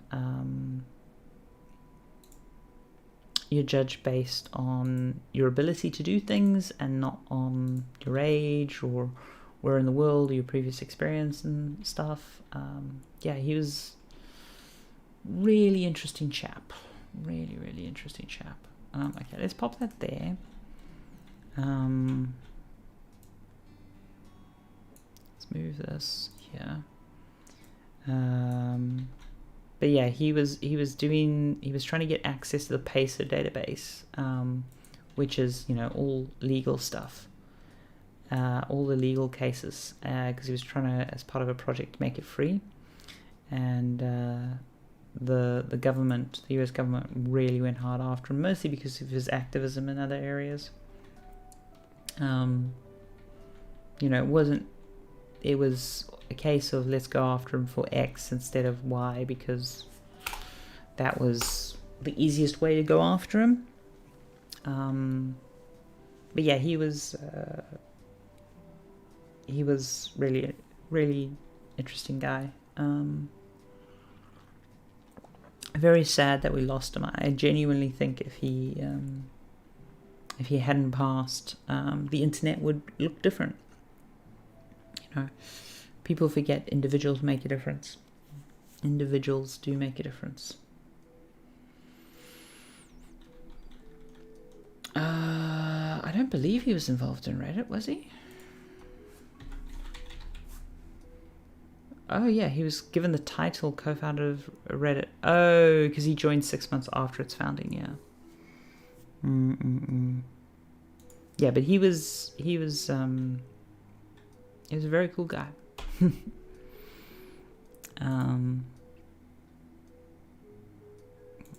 It was one of these sad tales where he had issues. He had a lot of issues. But I think most interesting people who do cool shit usually have issues. Like, the honest truth of the matter is that, like, if you look at the bell curve of people, the people who the people who fall in the middle of the bell curve, who are by definition sort of healthy and well, are way less likely to beat the odds, so to speak, because they're operating within normal parameters. Whereas when someone is mutant in whatever way that is, whether they're neurodivergent or they're extremely wealthy, which is a form of mutation, socially speaking, they're more likely to have to defy the odds because, you know, statistically they're already an outlier. So yeah, it's a weird quality of like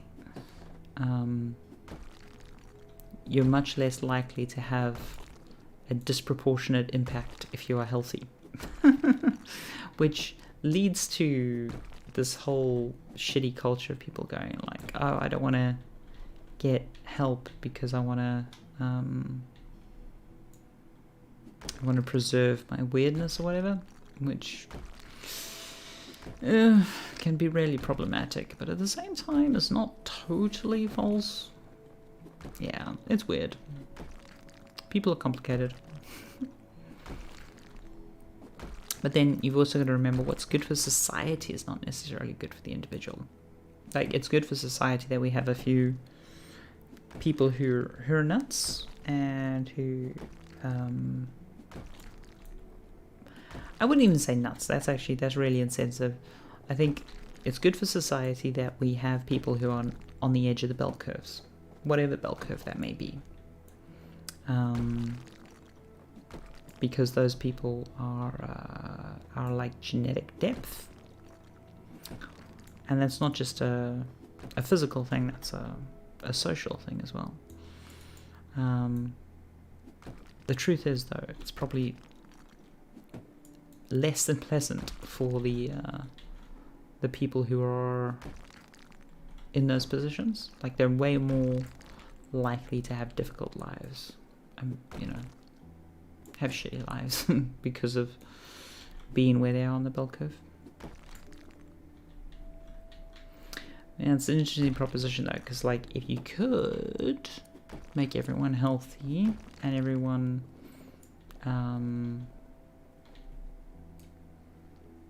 what's the word I'm looking for? If you could make everyone statistically, you know, in the ballpark, like in the bell curve ballpark or whatever it is, then would you want to? Because if you did that, there's a good chance that society would suffer, because you wouldn't have the depth of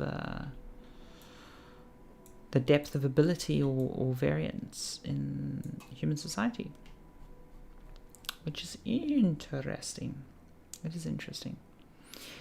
Well, I mean, that's also how statistics work, right? Is that, like, if you're talking about normals and averages, most people diverge on some axes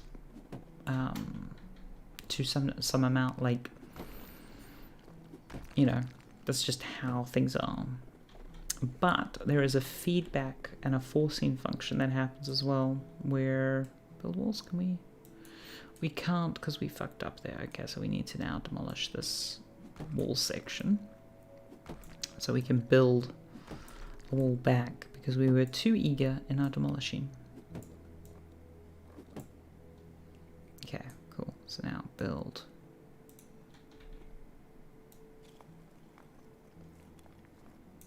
There we go.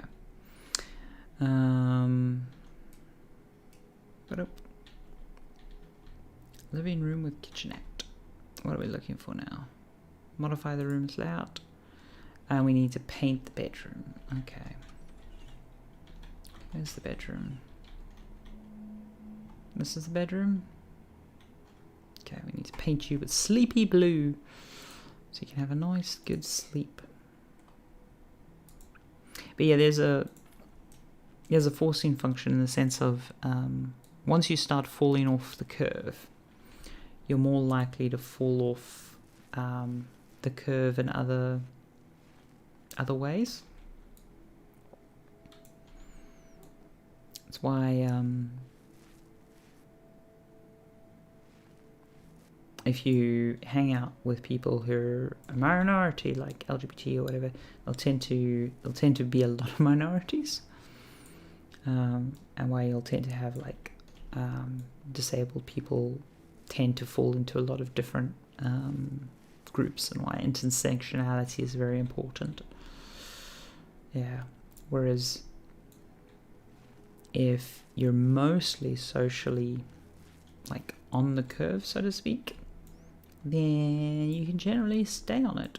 And like there's a lot of forcing functions where your slight deviations from the curve will be accounted for and adjusted. It will be normal. Which is a good thing, you know, socially speaking. You want most people to fall onto the curve. If society was entirely deviance, it wouldn't work. You want people mostly not to deviate from the norm.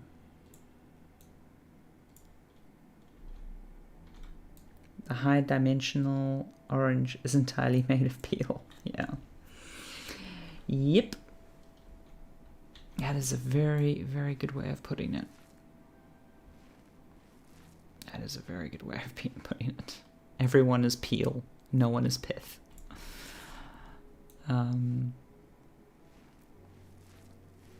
Yeah. Visualizing high-dimensional mathematics spaces is one of those things that humans just really suck at. It fascinates me that we have math that can talk about hyperdimensional spaces, because it inherently is just something humans shouldn't be able to do almost. It's like, it feels like we've hacked the universe. It's very cool. It's very, very cool. I like it.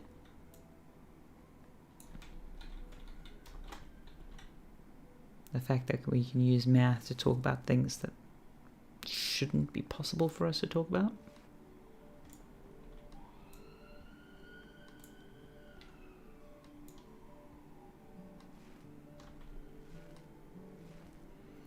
Yeah. Yeah, it is funny though, because there is some really interesting conversations to be had around encouraging normality and sort of forcing functions, because we're in a period where a lot of those forcing functions are going away. Yep. We're getting better at it though. I mean, it used to be considered like accepted wisdom that it was impossible to debug a neural net, and now everyone's like, okay, here's all the different ways you can debug a neural net.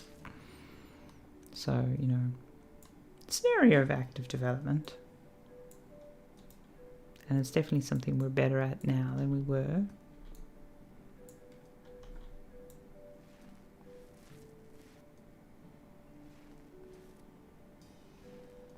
Painting behind the radiator really is magic. It is magical. Yay, complete the job. 100%. Wish. Okay, that's cool. I suppose this is the fantasy of this DIY game. It's like, oh, if only DIY was this easy.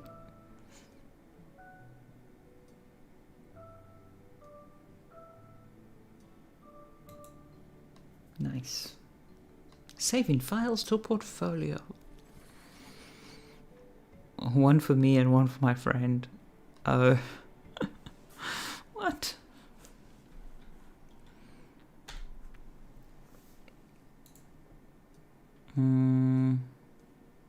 Hold on. Map of jobs? Okay.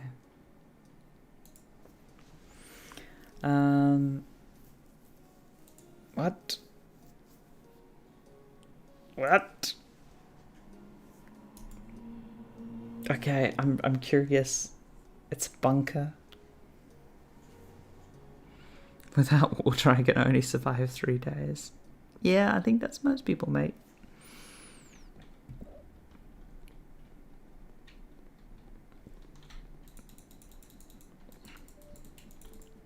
Okay. I know that he has not hired me to remove the weeds, but I see weeds. I want to pull the weeds. Okay, there we go.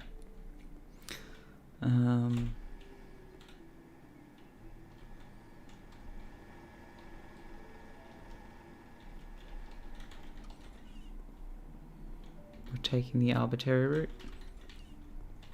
Okay, cool.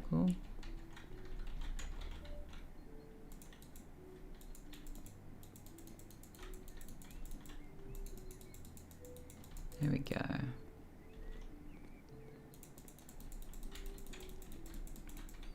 Ta-da! Oh, there we go. Nice and calming. Poor dandelions get such a bad rep.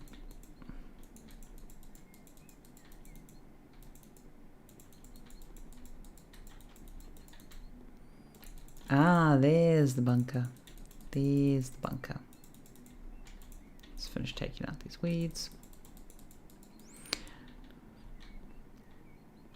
I don't know whether or not it's better that the bunker be outside, like the entrance to the bunker be outside, or whether it should be inside the home.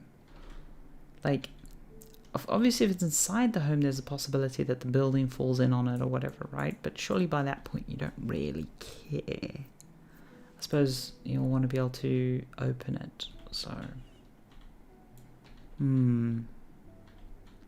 That is an interesting... Just in the sense of, I suppose it's what is the bunker for, really? Cockroaches. You can change the pieces of glass. Okay. How do people feel about the cockroaches?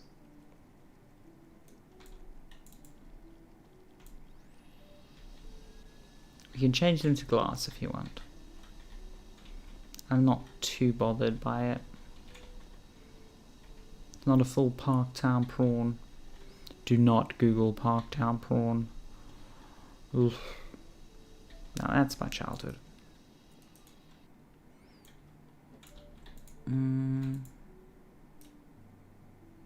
Wait, is this sellable? No. Okay, so we've got to organize this. Okay. Let's get rid of the junk we can get rid of.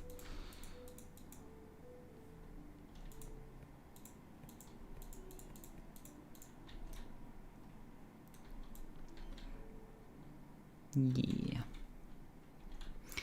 Yeah, no, in South Africa, they're not actually cockroaches, they're something else. I forget what they are. We called them cockroaches, though. Well, we called them Parktown prawns is what we actually called them. Huge mofos. Way bigger than they probably should have been. What has this person been doing in their bunker? One asks. I'm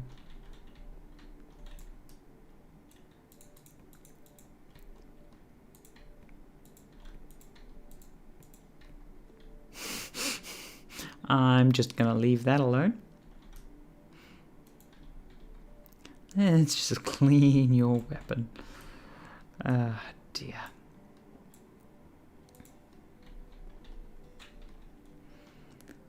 Oh my god, is my OCD gonna kick in, and am I gonna...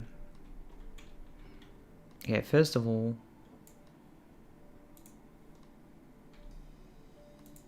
Ugh. Okay, let's... Oh, that chair's junk? Is that chair junk as well? Okay, that chair's junk as well. Okay. Let's put the... Oh, first aid kit doesn't fit on the shelf. Oh, it would be so good on the shelf. Do you... Can I not? No, I can't. Okay. Okay. how many cans? Okay, let's just do that there. Come on, rotate. Shift rotate. Ooh. Ooh. I wish I had discovered that sooner.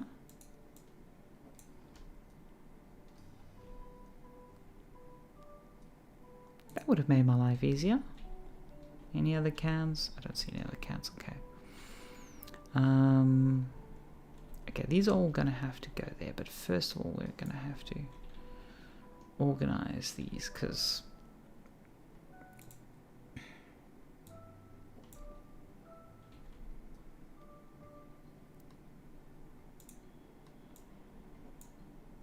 and yes, I know this is not part of the job, but this is the satisfaction. New Zealand wetter creatures. Yeah. I mean, well, so it's really funny because I think a lot of people don't realize that the because Neil Blomkamp is obviously Blomkamp is South African. A lot of people don't realize like a lot of the slang and the references in District what was it, District 9, District 13? I always forget the name. Are just South African references to actual things. Because also the name of the film, again, I am the worst for names, but the name of the film is actually based on a apartheid district. It sucks that you can't stack stuff of the same kind. It makes me upset.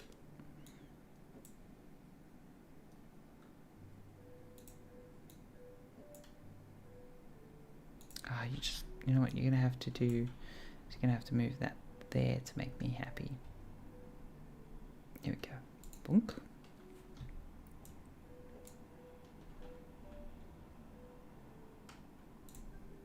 There we go. Yeah, District 9 was the film, right? Yeah.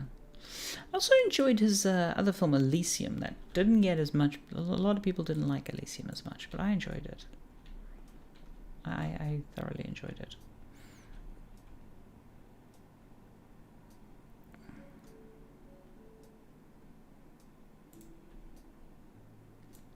Man, I wish I could like fly just so I could place stuff correctly.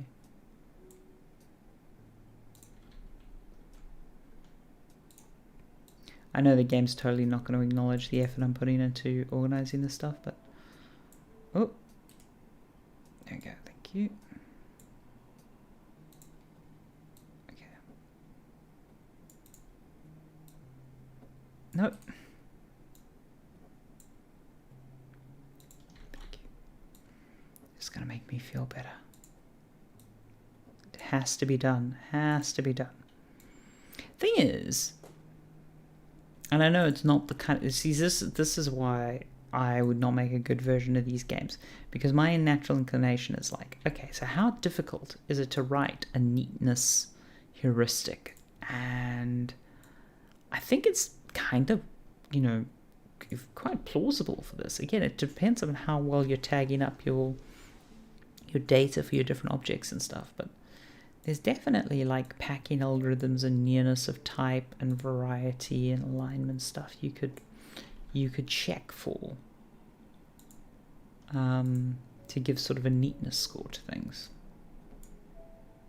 Oh, that would be a fun version of this game.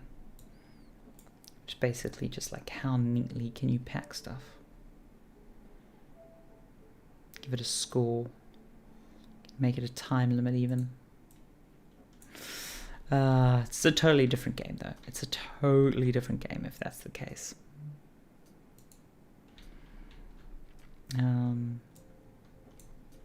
Like the game doesn't require that I do any of the sorting. But I require it right now. It's making me happy. And really, is that not the point? Is that not the point, chat? Love the Crazy People's Healers Machine. Yeah. The aesthetic, like the art direction of that show is... it would be fantastic. Be fantastic. Like, I want like a video game or just books or just more stuff set in that universe. But it's not just this game, it's just genre. They succeed where I think a lot of people fail by I don't want to say by being lazy, that's too harsh. They succeed by focusing on different things than I think a lot of people who could code this kind of game would focus on.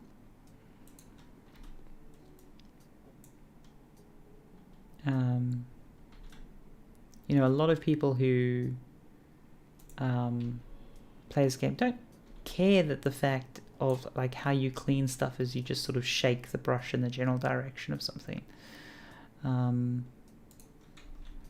It's not actually important to most people, and you could waste a lot of effort coming up with a more elegant system, but then you would never build the game that they've built. And I found that it's actually a pretty common trend among this sort of subgenre of stuff, all the simulator stuff. Basically, a key success metric is don't give a fuck design, which doesn't mean you don't give a fuck. I mean, it means that you are very good at deciding what not to give a fuck about. And it's surprisingly difficult. It's one of those areas that I think people underestimate.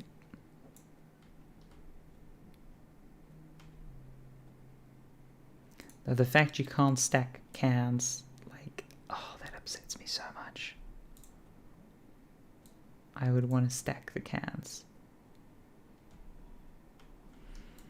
Is it better to build something than not build something? Well, it's not even that. It's more the sense of, while you're doing all of the crazy code to do like neat heuristic, or you're doing like an IK solve to make the cleaning mop actually clean and touch the surface and all that kind of stuff, while you're doing all those kind of things, they are doing more levels and they are doing more... oh, that's annoying. That is annoying. Okay. They're doing more levels. They're doing more like core gameplay stuff. And so they just end up in a better place than you, game-wise. They're able to do more stuff in the game,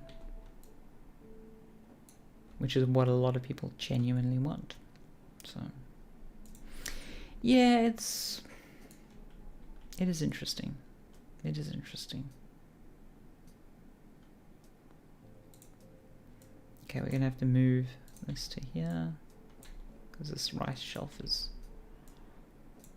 pretty full, and we have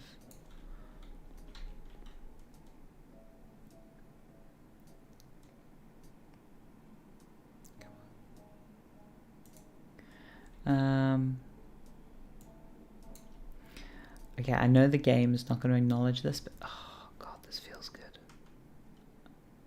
Oh no! We have some rice that are misaligned.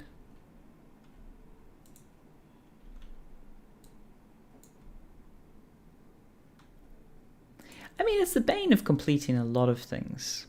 You know, it really is. Oh yeah, I think I started telling the story, but I didn't actually tell the story. So, funny story, while I was on holiday, I got a little into... Okay, let me just pick that. Is it just me? Was this... Oh, that's evil. That is evil. The origin of this model and how its surface snaps is slightly different to the others, which means it's intersecting into the...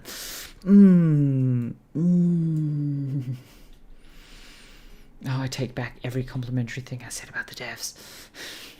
I'm teasing. It's not that bad. It's really not that bad.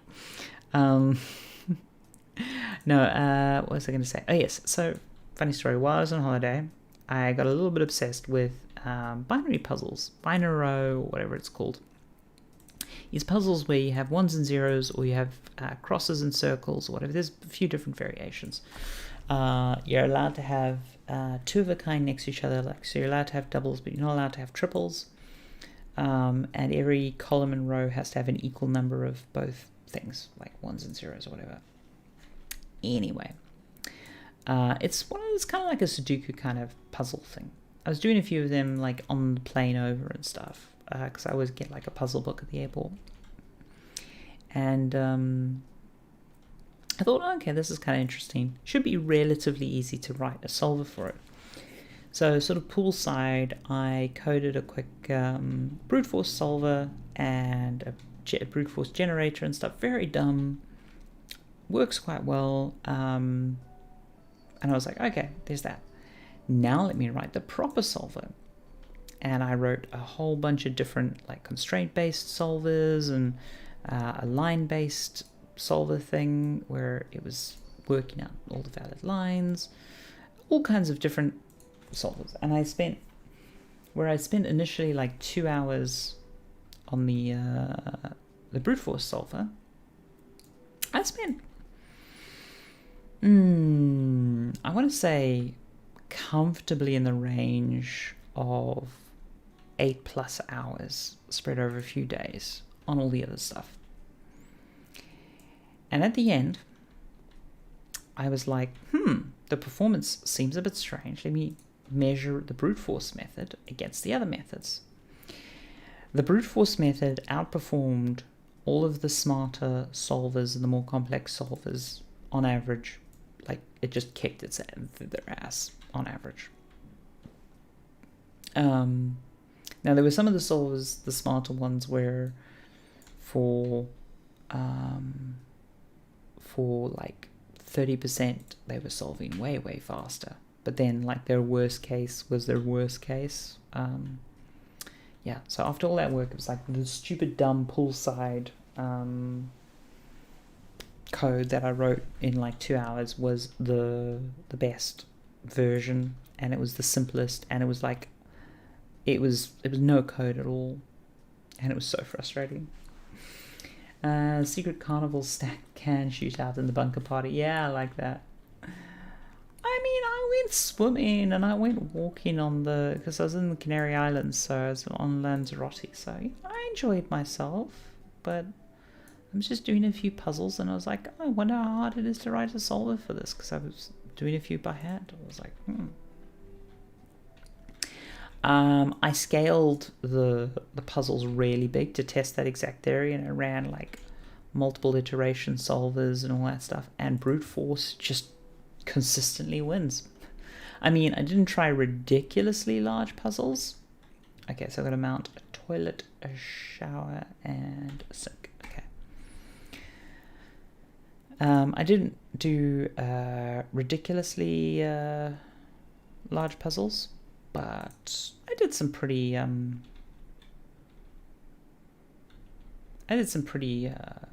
decent sized ones. Is that where the thing goes? Or is that? No.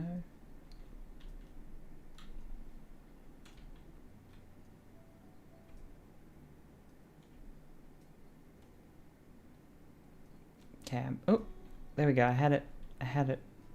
Where's this meant to go? Where the hell is this meant to go? Oh, there we go. Is it there?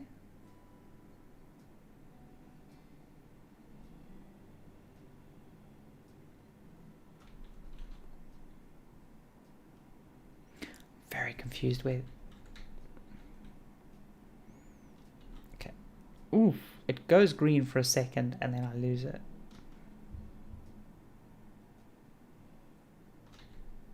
Oh, it is in this corner, isn't it?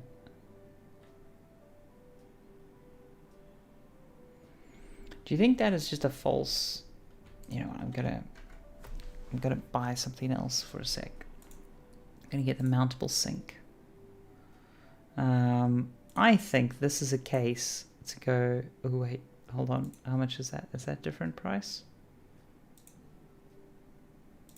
How much of a different price? Okay, that's the same price. What is that? Oh, it's the faucet that's gold. No, keep the faucet. Nah, keep the faucet white. Yeah, okay. Bye.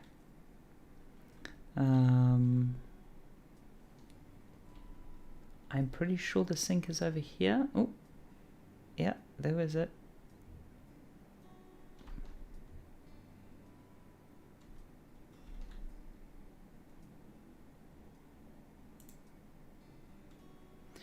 Oh, I need to unscrew the...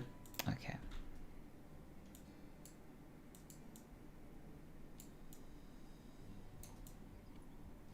Okay. Now you can buy the sink and mount it there. That's probably the same problem with... no, I want the sink, not the... By now. Okay.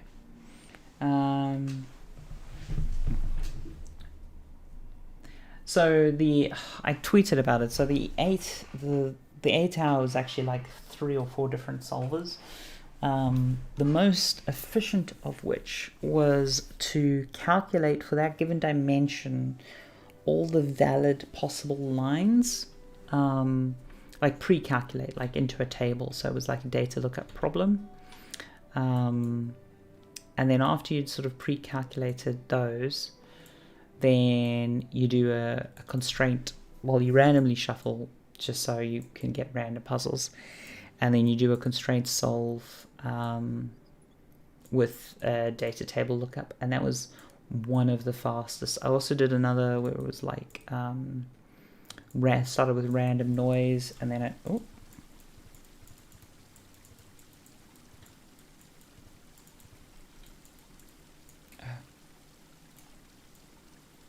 is that? Oh. Yeah, we're going to have to clean that up. I like the expert difficulty because I can make mistakes. Hee. Yeah, I like that. I mean, the worst case is just a bit of cleaning. There we go. Unscrew.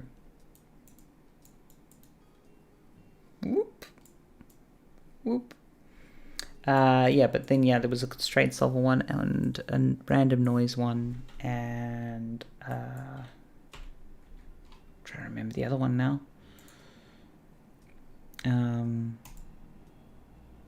They were mostly coded like in flight and stuff and whatnot.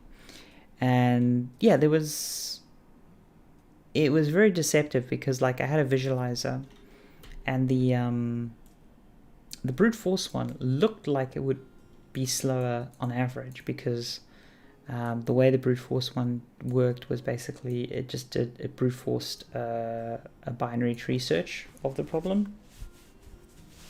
It was very dumb. But hey, it turns out that even though it has to backtrack a lot, and even though it has to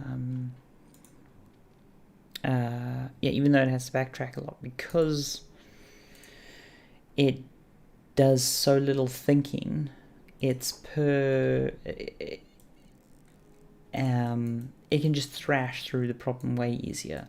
And when you combine that in with how caching works and things like that, it demolished the other methods.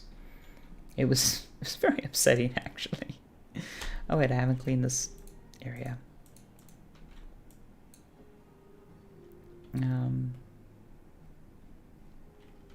Because I was like, oh, let me do the brute force thing as this point of thing, so just have a proof of concept. And then I was like, no, I'll do the proper one now. And the proper ones they did not hold up. It's a fairly trivial problem. It's the kind of problem that I'd set for like at least the brute force ones, the kind of problem I'd set for a code interview. Because it's an interesting problem. And it's unlikely that a person would have come across and done it before. So, was the brute force even slow? Why optimize it if not slow? It wasn't. So as I say, it's a trivial problem in the sense of computers are powerful enough that I didn't need to optimize it. It was more sort of an exercise in programming, in the sense of it felt, I mean, the brute force was the brute force. It didn't feel elegant. It didn't feel like I'd really solved the problem, because I had just brute forced it. So it was purely, I mean, the whole thing was purely an exercise in just code vanity. You know, it was just, oh, I'm curious how this works. You know, there was no,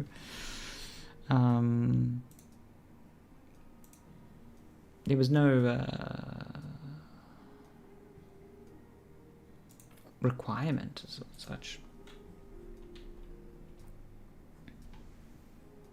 Bunk beds by now. But yeah, I just assumed that a smarter solver would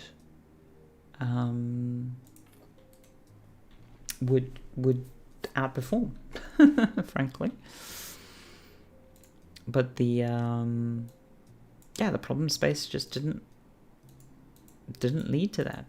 It was a case where it was like, oh no, the brute force way it's just more efficient. And it was just a little bit upsetting, because it was like, really?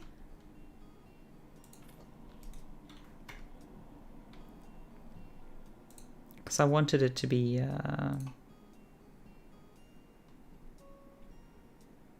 nope, shift, there we go.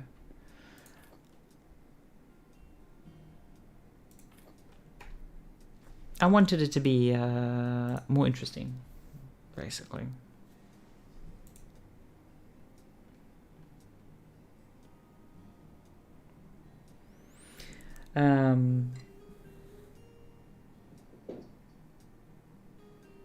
Yeah, I mean, the other advantage you have with doing the dumb brute force binary tree approach that I did is it is cache line friendly. You know, it does play nice with cache. So there's that. It's worth considering. It did make me laugh, because it's exactly the kind of thing Alex always used to rant about keeping the code simple and computers are fast and don't worry about it. So yeah, that was amusing. It was just a bit upsetting. Not upsetting. Upsetting is the wrong word. It was more amusing than anything. But it was just like, oh, okay, clean dirt. Really? There's dirt somewhere? Where's the dirt?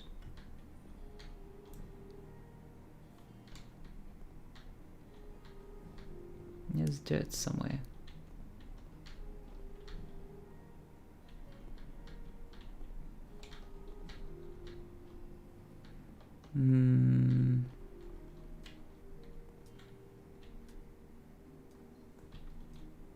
Where do you think the dirt is? Do we have any perks to spend? Demolish. 5% more muscle strength. I don't know what that does. Fuck it.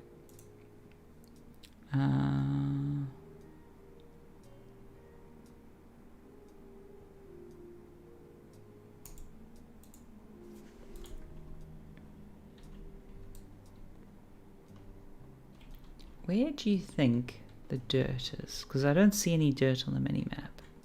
But I know the minimap doesn't show all dirt. It's definitely in this area. Like, it's definitely in this... Maybe in this room, yeah? No, the 5x5, so it is in this area. See if the 93 number moves at all.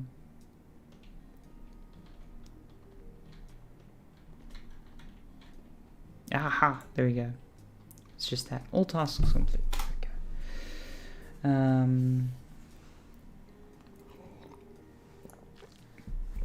wonder what the Big O is such bullshit though. I hate Big O. Big O realistically is not useful for conversations. I got really Oh, I see, that looks good. I got really upset with a Google interviewer way back in the day over Big O. because he was talking about sorting functions. I was like, well, what are the requirements? Like, I just wanted more information about the sorting thing. It's because realistically, sometimes your sort is constrained by memory. Sometimes your sort is, it's different if you're sorting tiny objects or large objects. How expensive is your comparison function? It's like, oh, well, we're just talking about algorithmic optimization. It's like, that's not how fucking code works. Sorry, I shouldn't get so riled up about it. In the end, thankfully, a superior, told the guy, no, she was right. But by that point, I had table flipped. I mean, this was years ago. This is 10 years ago, 12 years ago. I do feel like now things are a little bit better.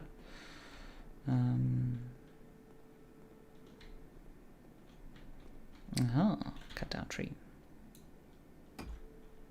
Ooh.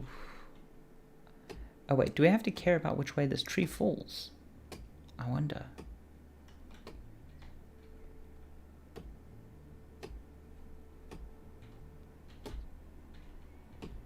I'm curious now. Do we have to care about which way the tree falls?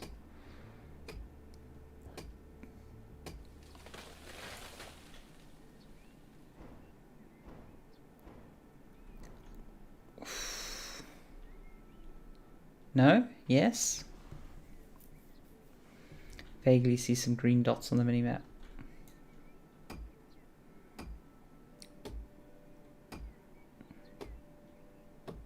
Wait, Mimo table flip style.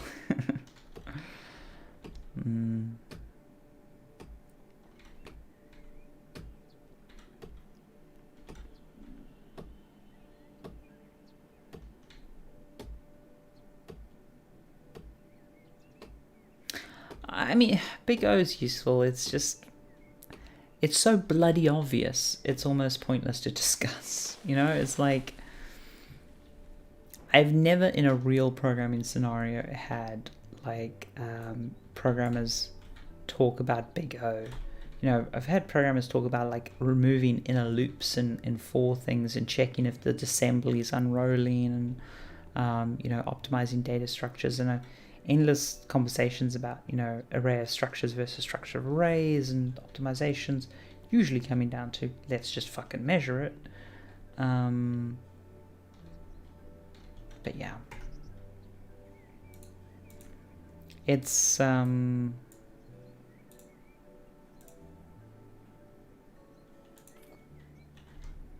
am very cynical about that stuff.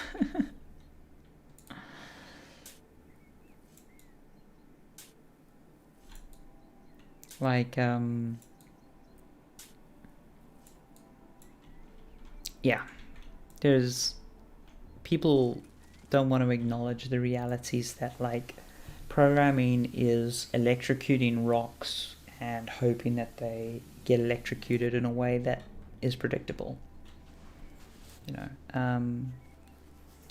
It's like in the real world where you have to start thinking about things like, oh wait, I don't have ECC RAM on this machine, so that was literally just a cosmic ray literally flipped a bit.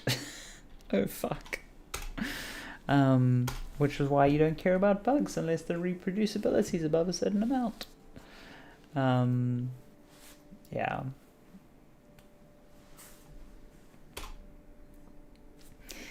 Yeah, the amusement of,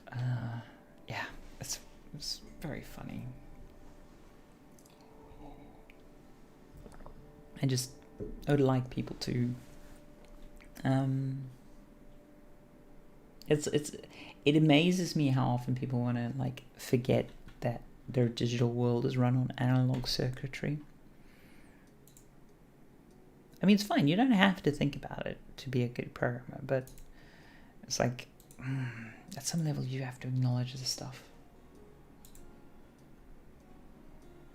It's like all these people doing machine learning, and then they're doing it all in fucking Python, and you're like, oh my god, it's so fucking slow. I mean, these days there's so much work that goes into making Python not slow that it's not as bad as it was, but it's an uphill battle. you know, like use Rust or a modern language. Like you don't have to use C or C++ or whatever, but like you're making the computer do a lot of work for you. Which, if you're an academic, fair, fine, you know, whatever. But yeah. Ooh, edgy.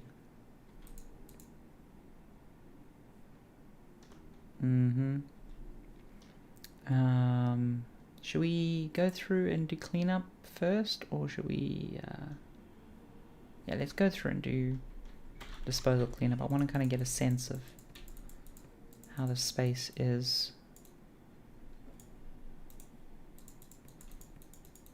God, that's a lot of bottles. Anything had the upper hand more often for gameplay graphics structures raised? It very much depends on like the usage and stuff. Generally speaking, I have seen performance sensitive systems lean towards structures of arrays rather than arrays of structures. Generally speaking, not always the case, but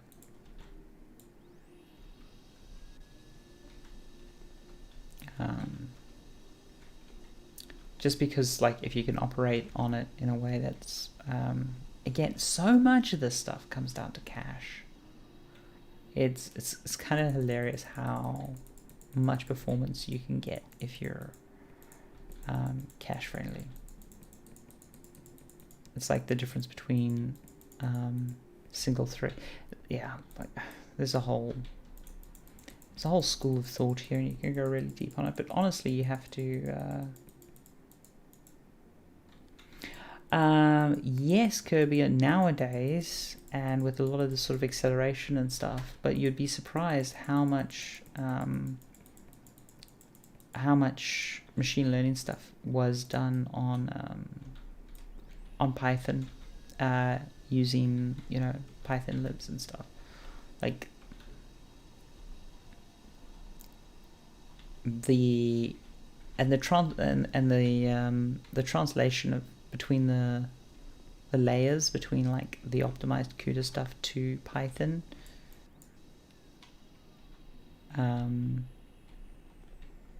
it costs. It does cost.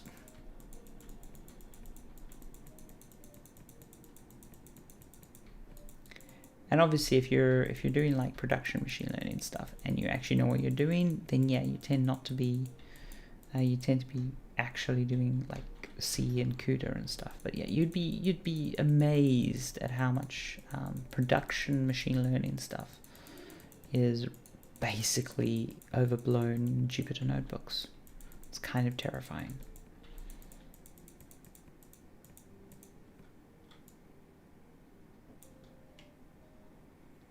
I think my favorite story about how bad things are a while back. And I mean, when I say a while back, this is like 7 years ago. Released a new extension for their chips that was basically built around. I mean, they've released a couple of different extensions, but it was built around making isString in JavaScript faster.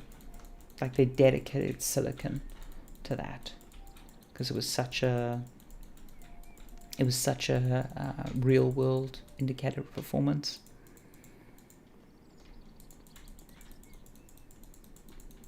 Yeah.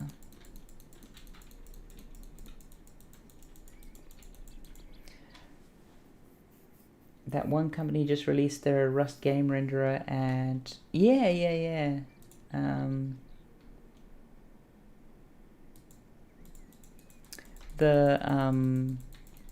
The guys who did I know, we were talking about it at work today actually. We were sharing around the article. God. Yes, because they wrote 2 renderers and they released the one renderer with a lot of warnings and caveats, but they released it, which is nice of them to do. I really should spend more time trying to learn Rust. I haven't done anything other than toy projects in Rust. I do feel like Rust is getting some real traction though.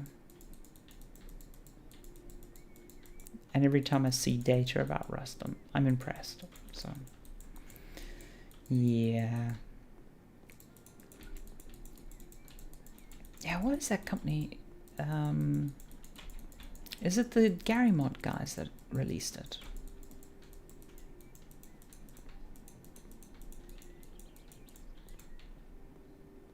No, they're using the Source engine, aren't they? Okay, that's all picked out. Okay, let's go in and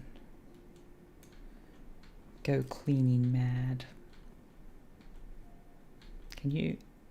Oh, you can just brush away paint and graffiti. Good to know.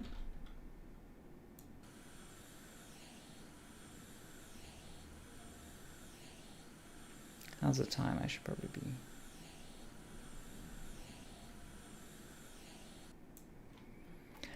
Well, I've got the basics of Rust, but it's one of these things of, unless you're using a language actively, you kind of get rusty in it.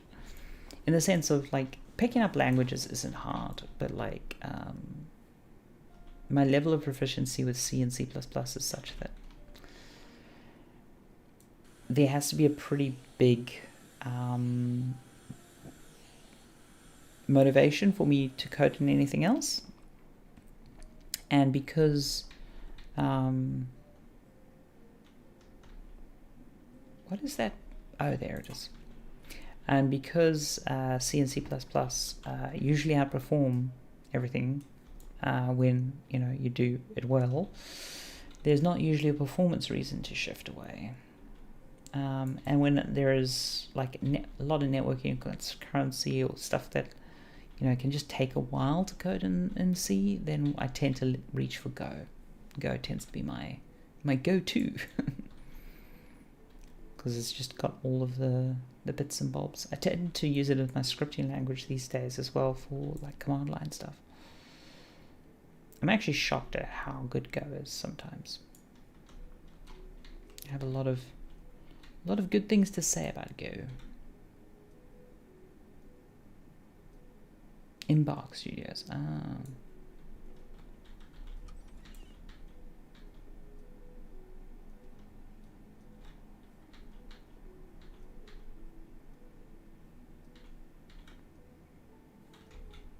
Yeah, it's interesting times. I think from what I can tell, Rust makes a lot of good trade-offs that make it a good game development language, from what I can tell. But I wouldn't really feel fit to judge until I had actually shipped a game in Rust, or at least an application in Rust, like something of a decent chunk and size. Okay. Brush. Can we brush you away? Yeah, we can brush you away. Man, this magical brush here.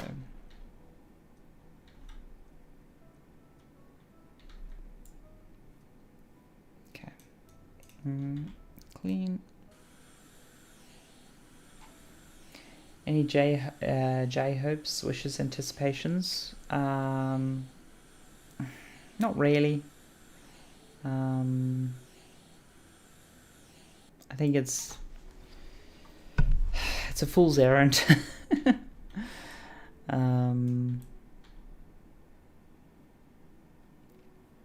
I mean, all power to him for working on it, but I'm like, I don't think anyone else will realistically extract value from it. Like, the way he's building it is not the way modern programming languages are built, and he didn't have the background when he started, and yeah, he's learnt a lot, but I mean, I'm not a language expert by any means. He knows way more than I do, but I actually do know language experts and people who write compilers and stuff, and I trust their opinion on the matter, and their justification that they have given as to why it's a fool's errand is accurate, at least what I can tell.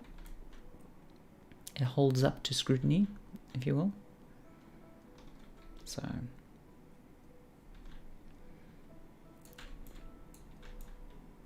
yeah, I mean, because the thing is like, even writing a language isn't actually the hard part. It's like making a language that fits a broad group of people's needs, which is why I say it's unlikely that anyone else will extract value from it. I think he can almost certainly extract value from it because it's built very specifically for his needs and his desires.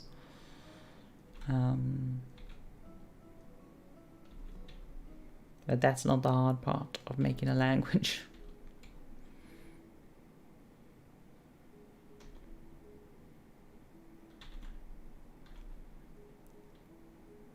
Well, as I say, I'm not I feel like I can't talk too much to it because my area of expertise here is lacking, other than giving the very high level that I've just given there.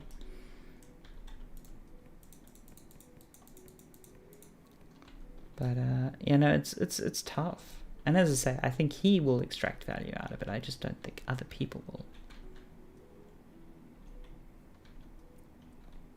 It's much easier to build a tool for yourself than it is for everyone else. But also so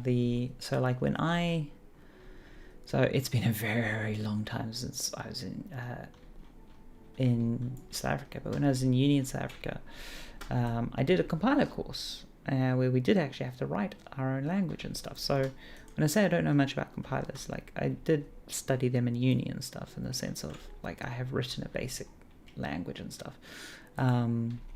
But the normal thing to do for making languages these days is there's like standardized tools for front and back end stuff, Yak and a bunch of other stuff, to sort of generate your front end and your back end and make them all compliant and stuff. And it's like IDEs basically for programming, writing languages and such. And he wasn't using any of those. He was pretty much working from scratch.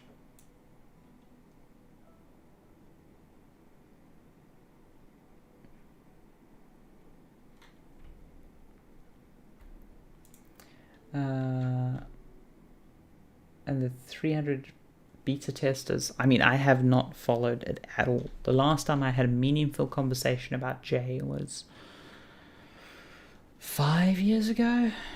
It's been a while. Nope, I don't want to sit in the chair, thank you very much. It's been a very long time since I've actually had a meaningful conversation about this topic. So my knowledge on it is far out of date, by the way. Like, I literally have no idea what he's been up to the last 4 or 5 years.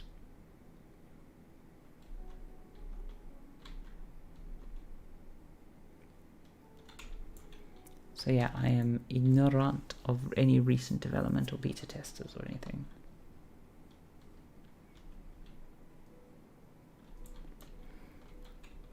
Yeah, other than C and C++, which I don't follow the language development for because I basically hold my head in shame at modern C development. I'm just like, oh my god, what is this madness?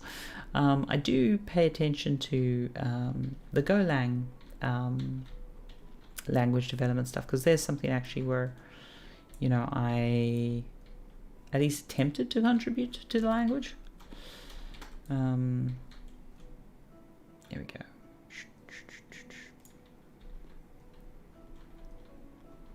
Is that...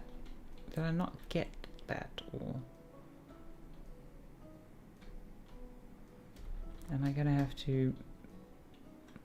I think I'm gonna have to move that. No. Yeah, I definitely cleaned that corner. But it's at 99%, which is annoying.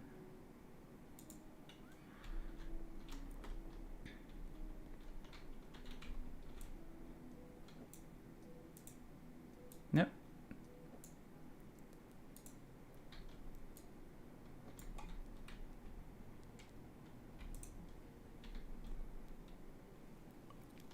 Okay, let's clean the dirt that we know about and we'll come back to it.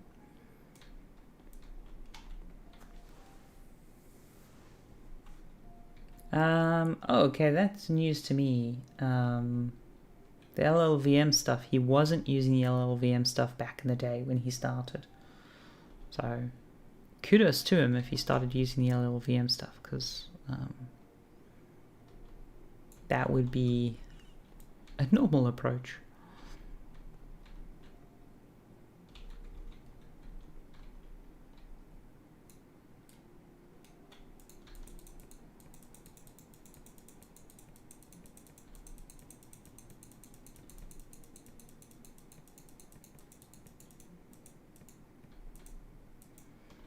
But yeah, as I say, I have not followed the development of that.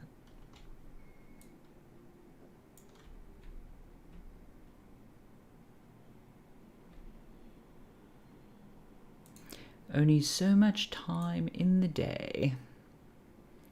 And watching an eccentric rich guy while away his time coding a new language is not the most interesting thing for myself, I'm afraid.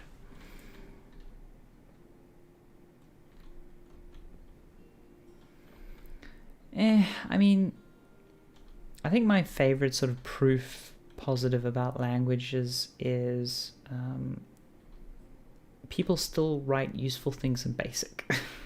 I'm not saying that you shouldn't use modern languages or whatever, it's just like languages aren't as important as I think we try to make them out to be sometimes.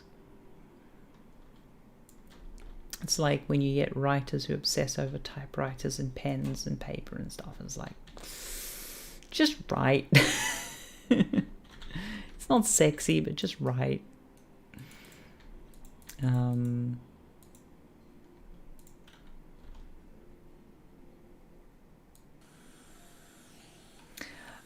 He has been rich at certain stages of his life. You know,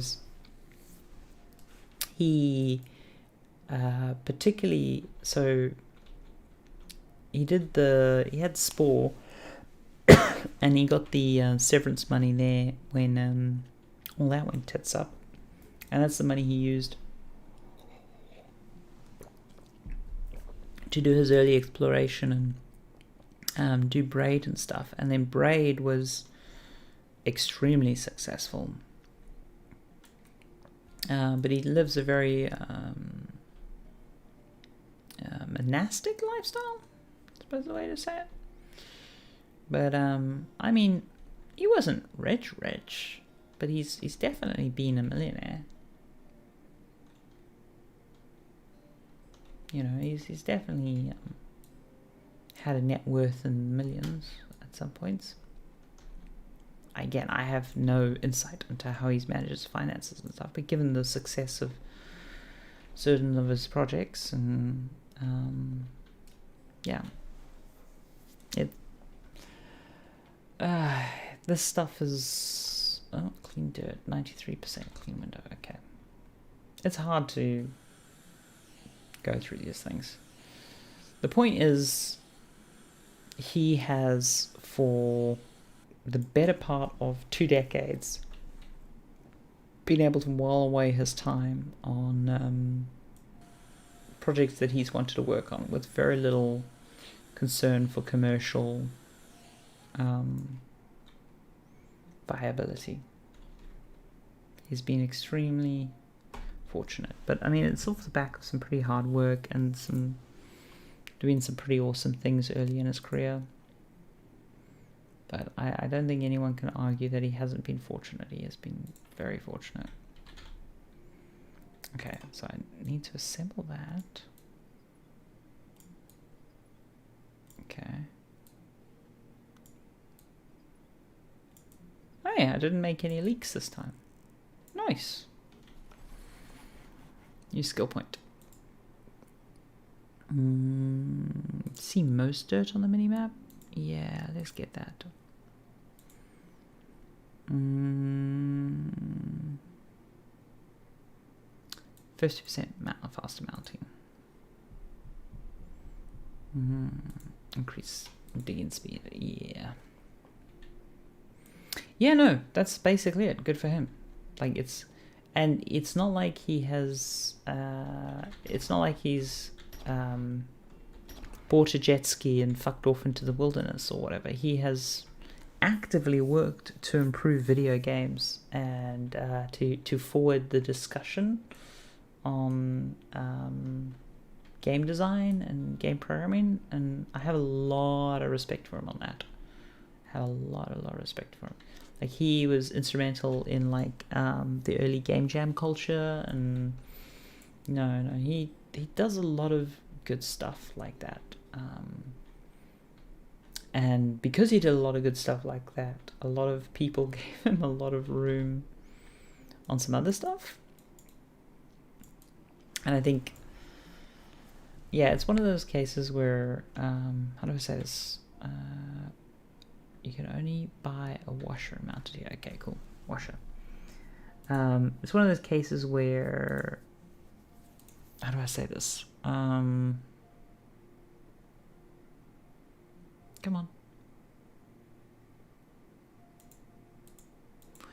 Do I have to move the toilet? Okay, there we go. How do I say this? He's done a lot of good, but he's also a very difficult person who has controversial opinions and has upset a lot of people. And he has a very specific viewpoint, and he's very unapologetic about how that viewpoint interacts with others. The Witness is a great game.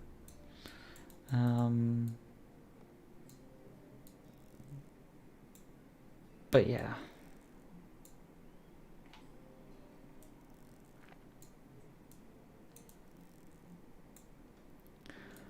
It's people are complicated, and unfortunately I also have information about stuff that is difficult to introduce into the conversation. Does the pipe not go in there? Oh, there we go. Now the pipe goes in.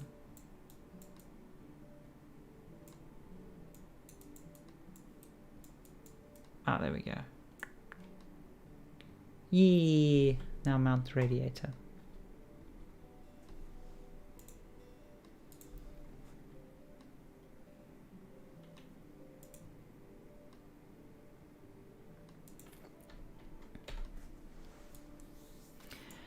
He is, I suppose the easiest way to express it is, he is a hero to a very certain type of person, and a large group of people fit into that.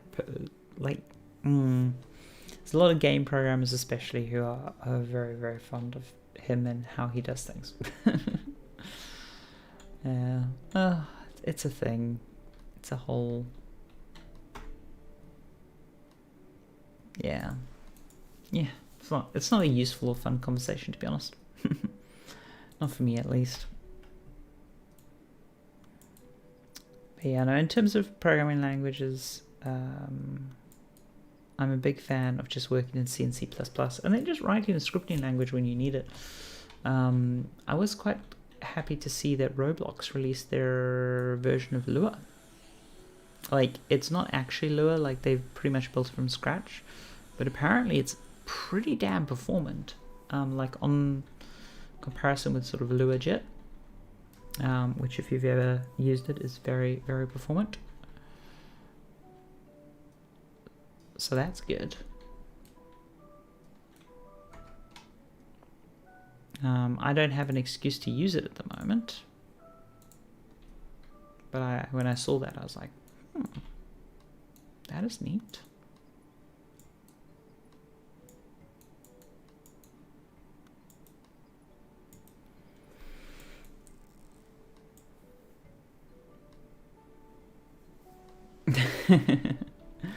I think it's because he has some opinionated views about how people should play games.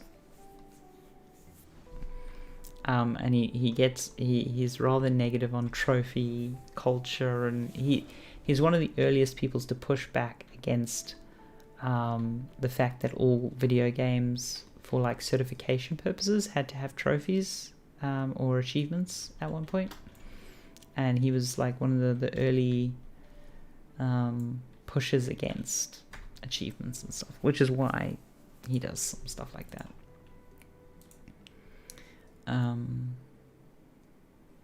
Yeah, it's as I say, he's a character. Let's go with that. And let's go with that.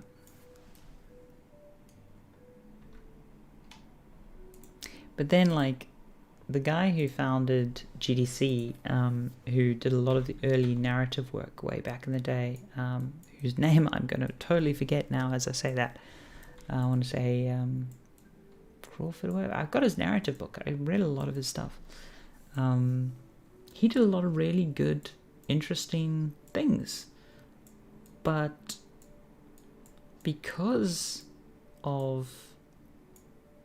how do I say this? Because of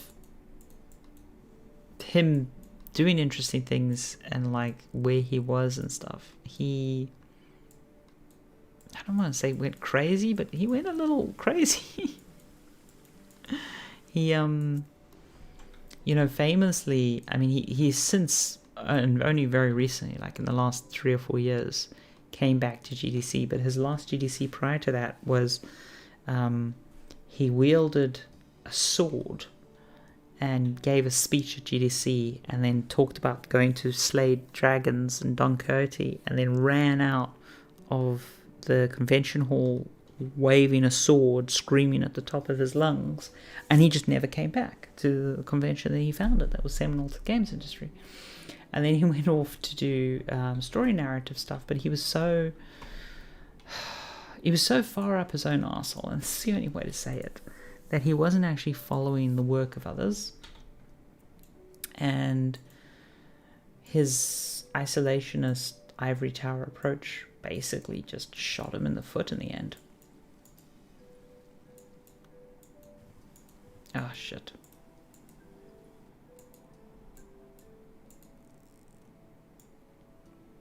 So yeah, this stuff happens. But this is what happens with luminaries. They get given a lot of rope, and eventually they use that rope to hang themselves.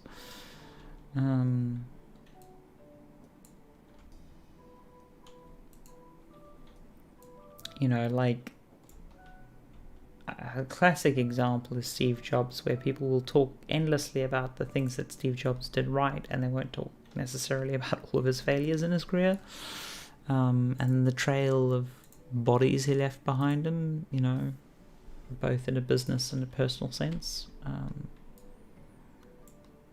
It's there's a really good comedy I strongly recommend, because it's hilarious, called Space Force on Netflix. Thankfully it got a second season. It's still only the first season on Netflix, but the second season is coming. Really, really recommend it. It's funny as fuck. But there's a great episode in there where a female Elon Musk style billionaire character comes along and basically selling bullshit, and there's a great line in there about, well, if she does enough things, people only remember the successes. They only remember the successes, and they don't remember the 10 things that failed. Or which on the one hand is like, okay, no, that's admirable, because you do need failures to get towards success.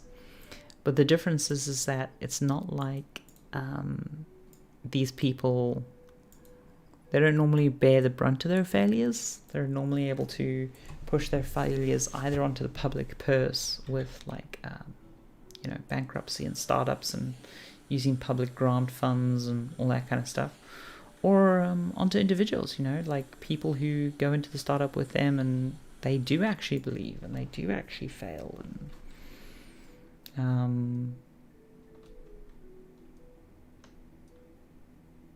Chris Crawford, yeah.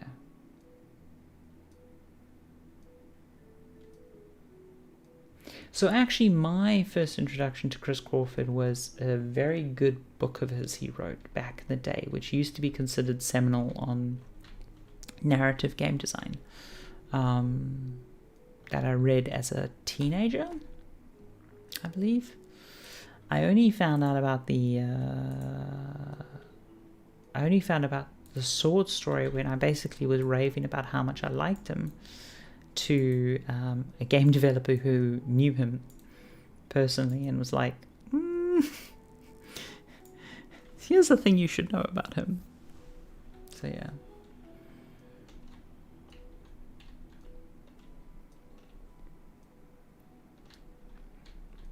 He was he was a very sensible chap and he did a lot of good things. But again, it comes down to that bell curve thing, right? You have to be a little bit crazy to make it into the world. That is like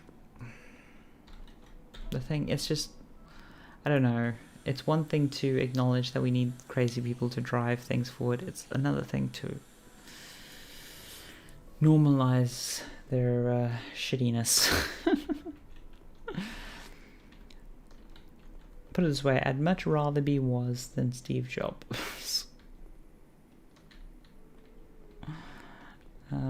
Is how I kind of see the discussion. I think more people should hold Woz up as a great example of how to do things.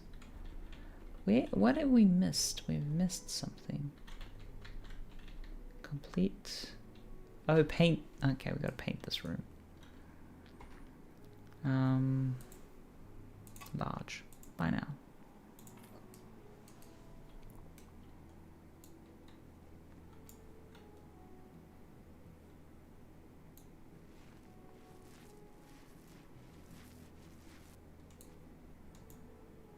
Okay, because we've got the perk that basically means we can't paint too much, I'm just gonna do this.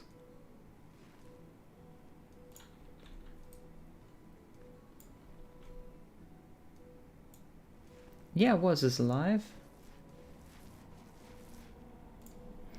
Yeah, it is sad sometimes when you really like music or you really like a book and then you read up on something and you're like, ooh.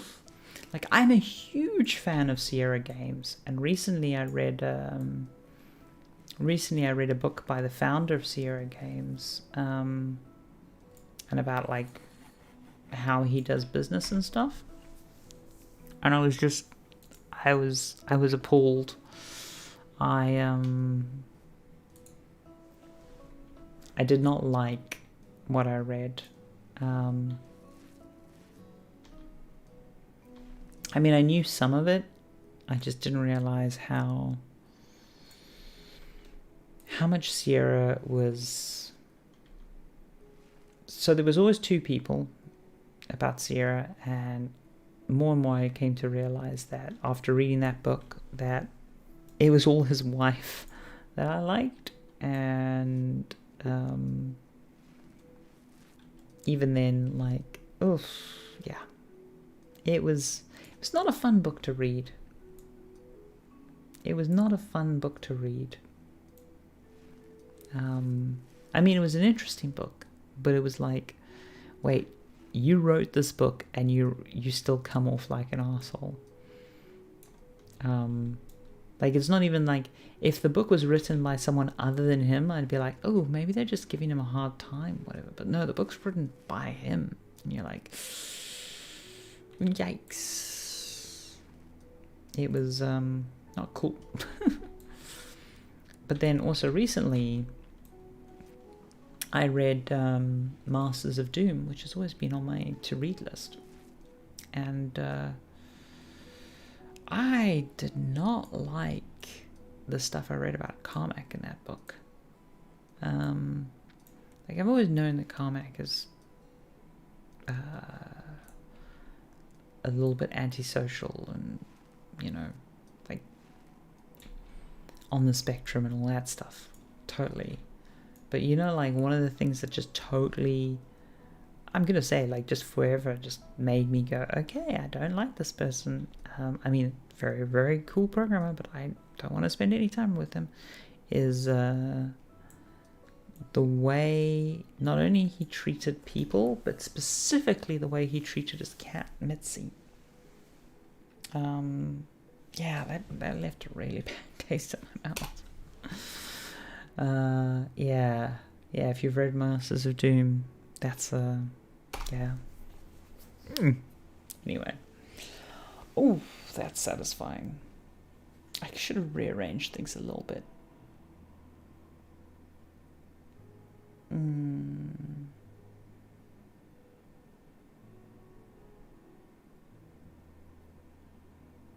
Yeah, I definitely should rearrange that room a little bit. Well, I'm a huge Sierra fan, and, you know, the games are the games. But yeah. Sometimes you don't want to know about the artist behind things. You know, the author is dead.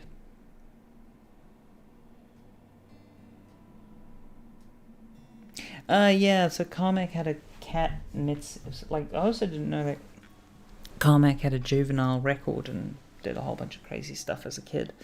But yeah, he had a cat, Mitzi, that one of his foster families gave him. And it was there during, like, all the early days of things. And then after they bought a leather sofa the one time, the cat weed on the leather sofa, and he put it down without much ceremony or rigmarole or whatever. And apparently he didn't even, like, apparently the language he used was like, oh, I thought about it and the cat was a net negative in my life. And it's just like, what the fuck? And then you realize, like, I mean, he treats people in a similar way, but, like, yeah, the cat thing just really stuck with me, because it's one thing being shitty to people, but being shitty to animals is a very telling personality trait. Anyway, I have not seen the tool material maker, but I'm going to wrap things up here, because it is 1:15 and I need to get to bed. But yeah, I'll definitely be streaming some more over the next while, just doing some games and stuff. I don't want to put any pressure on it or anything. It's just, I want to get back to this. I enjoyed doing this. And I think doing it in the evenings is going to work well for me, especially if I'm just doing these kind of chill streams. So hopefully you see more of these things. They'll be posted on Twitter. But for now, take care, everyone. And I will see you when I see you. Bye-bye.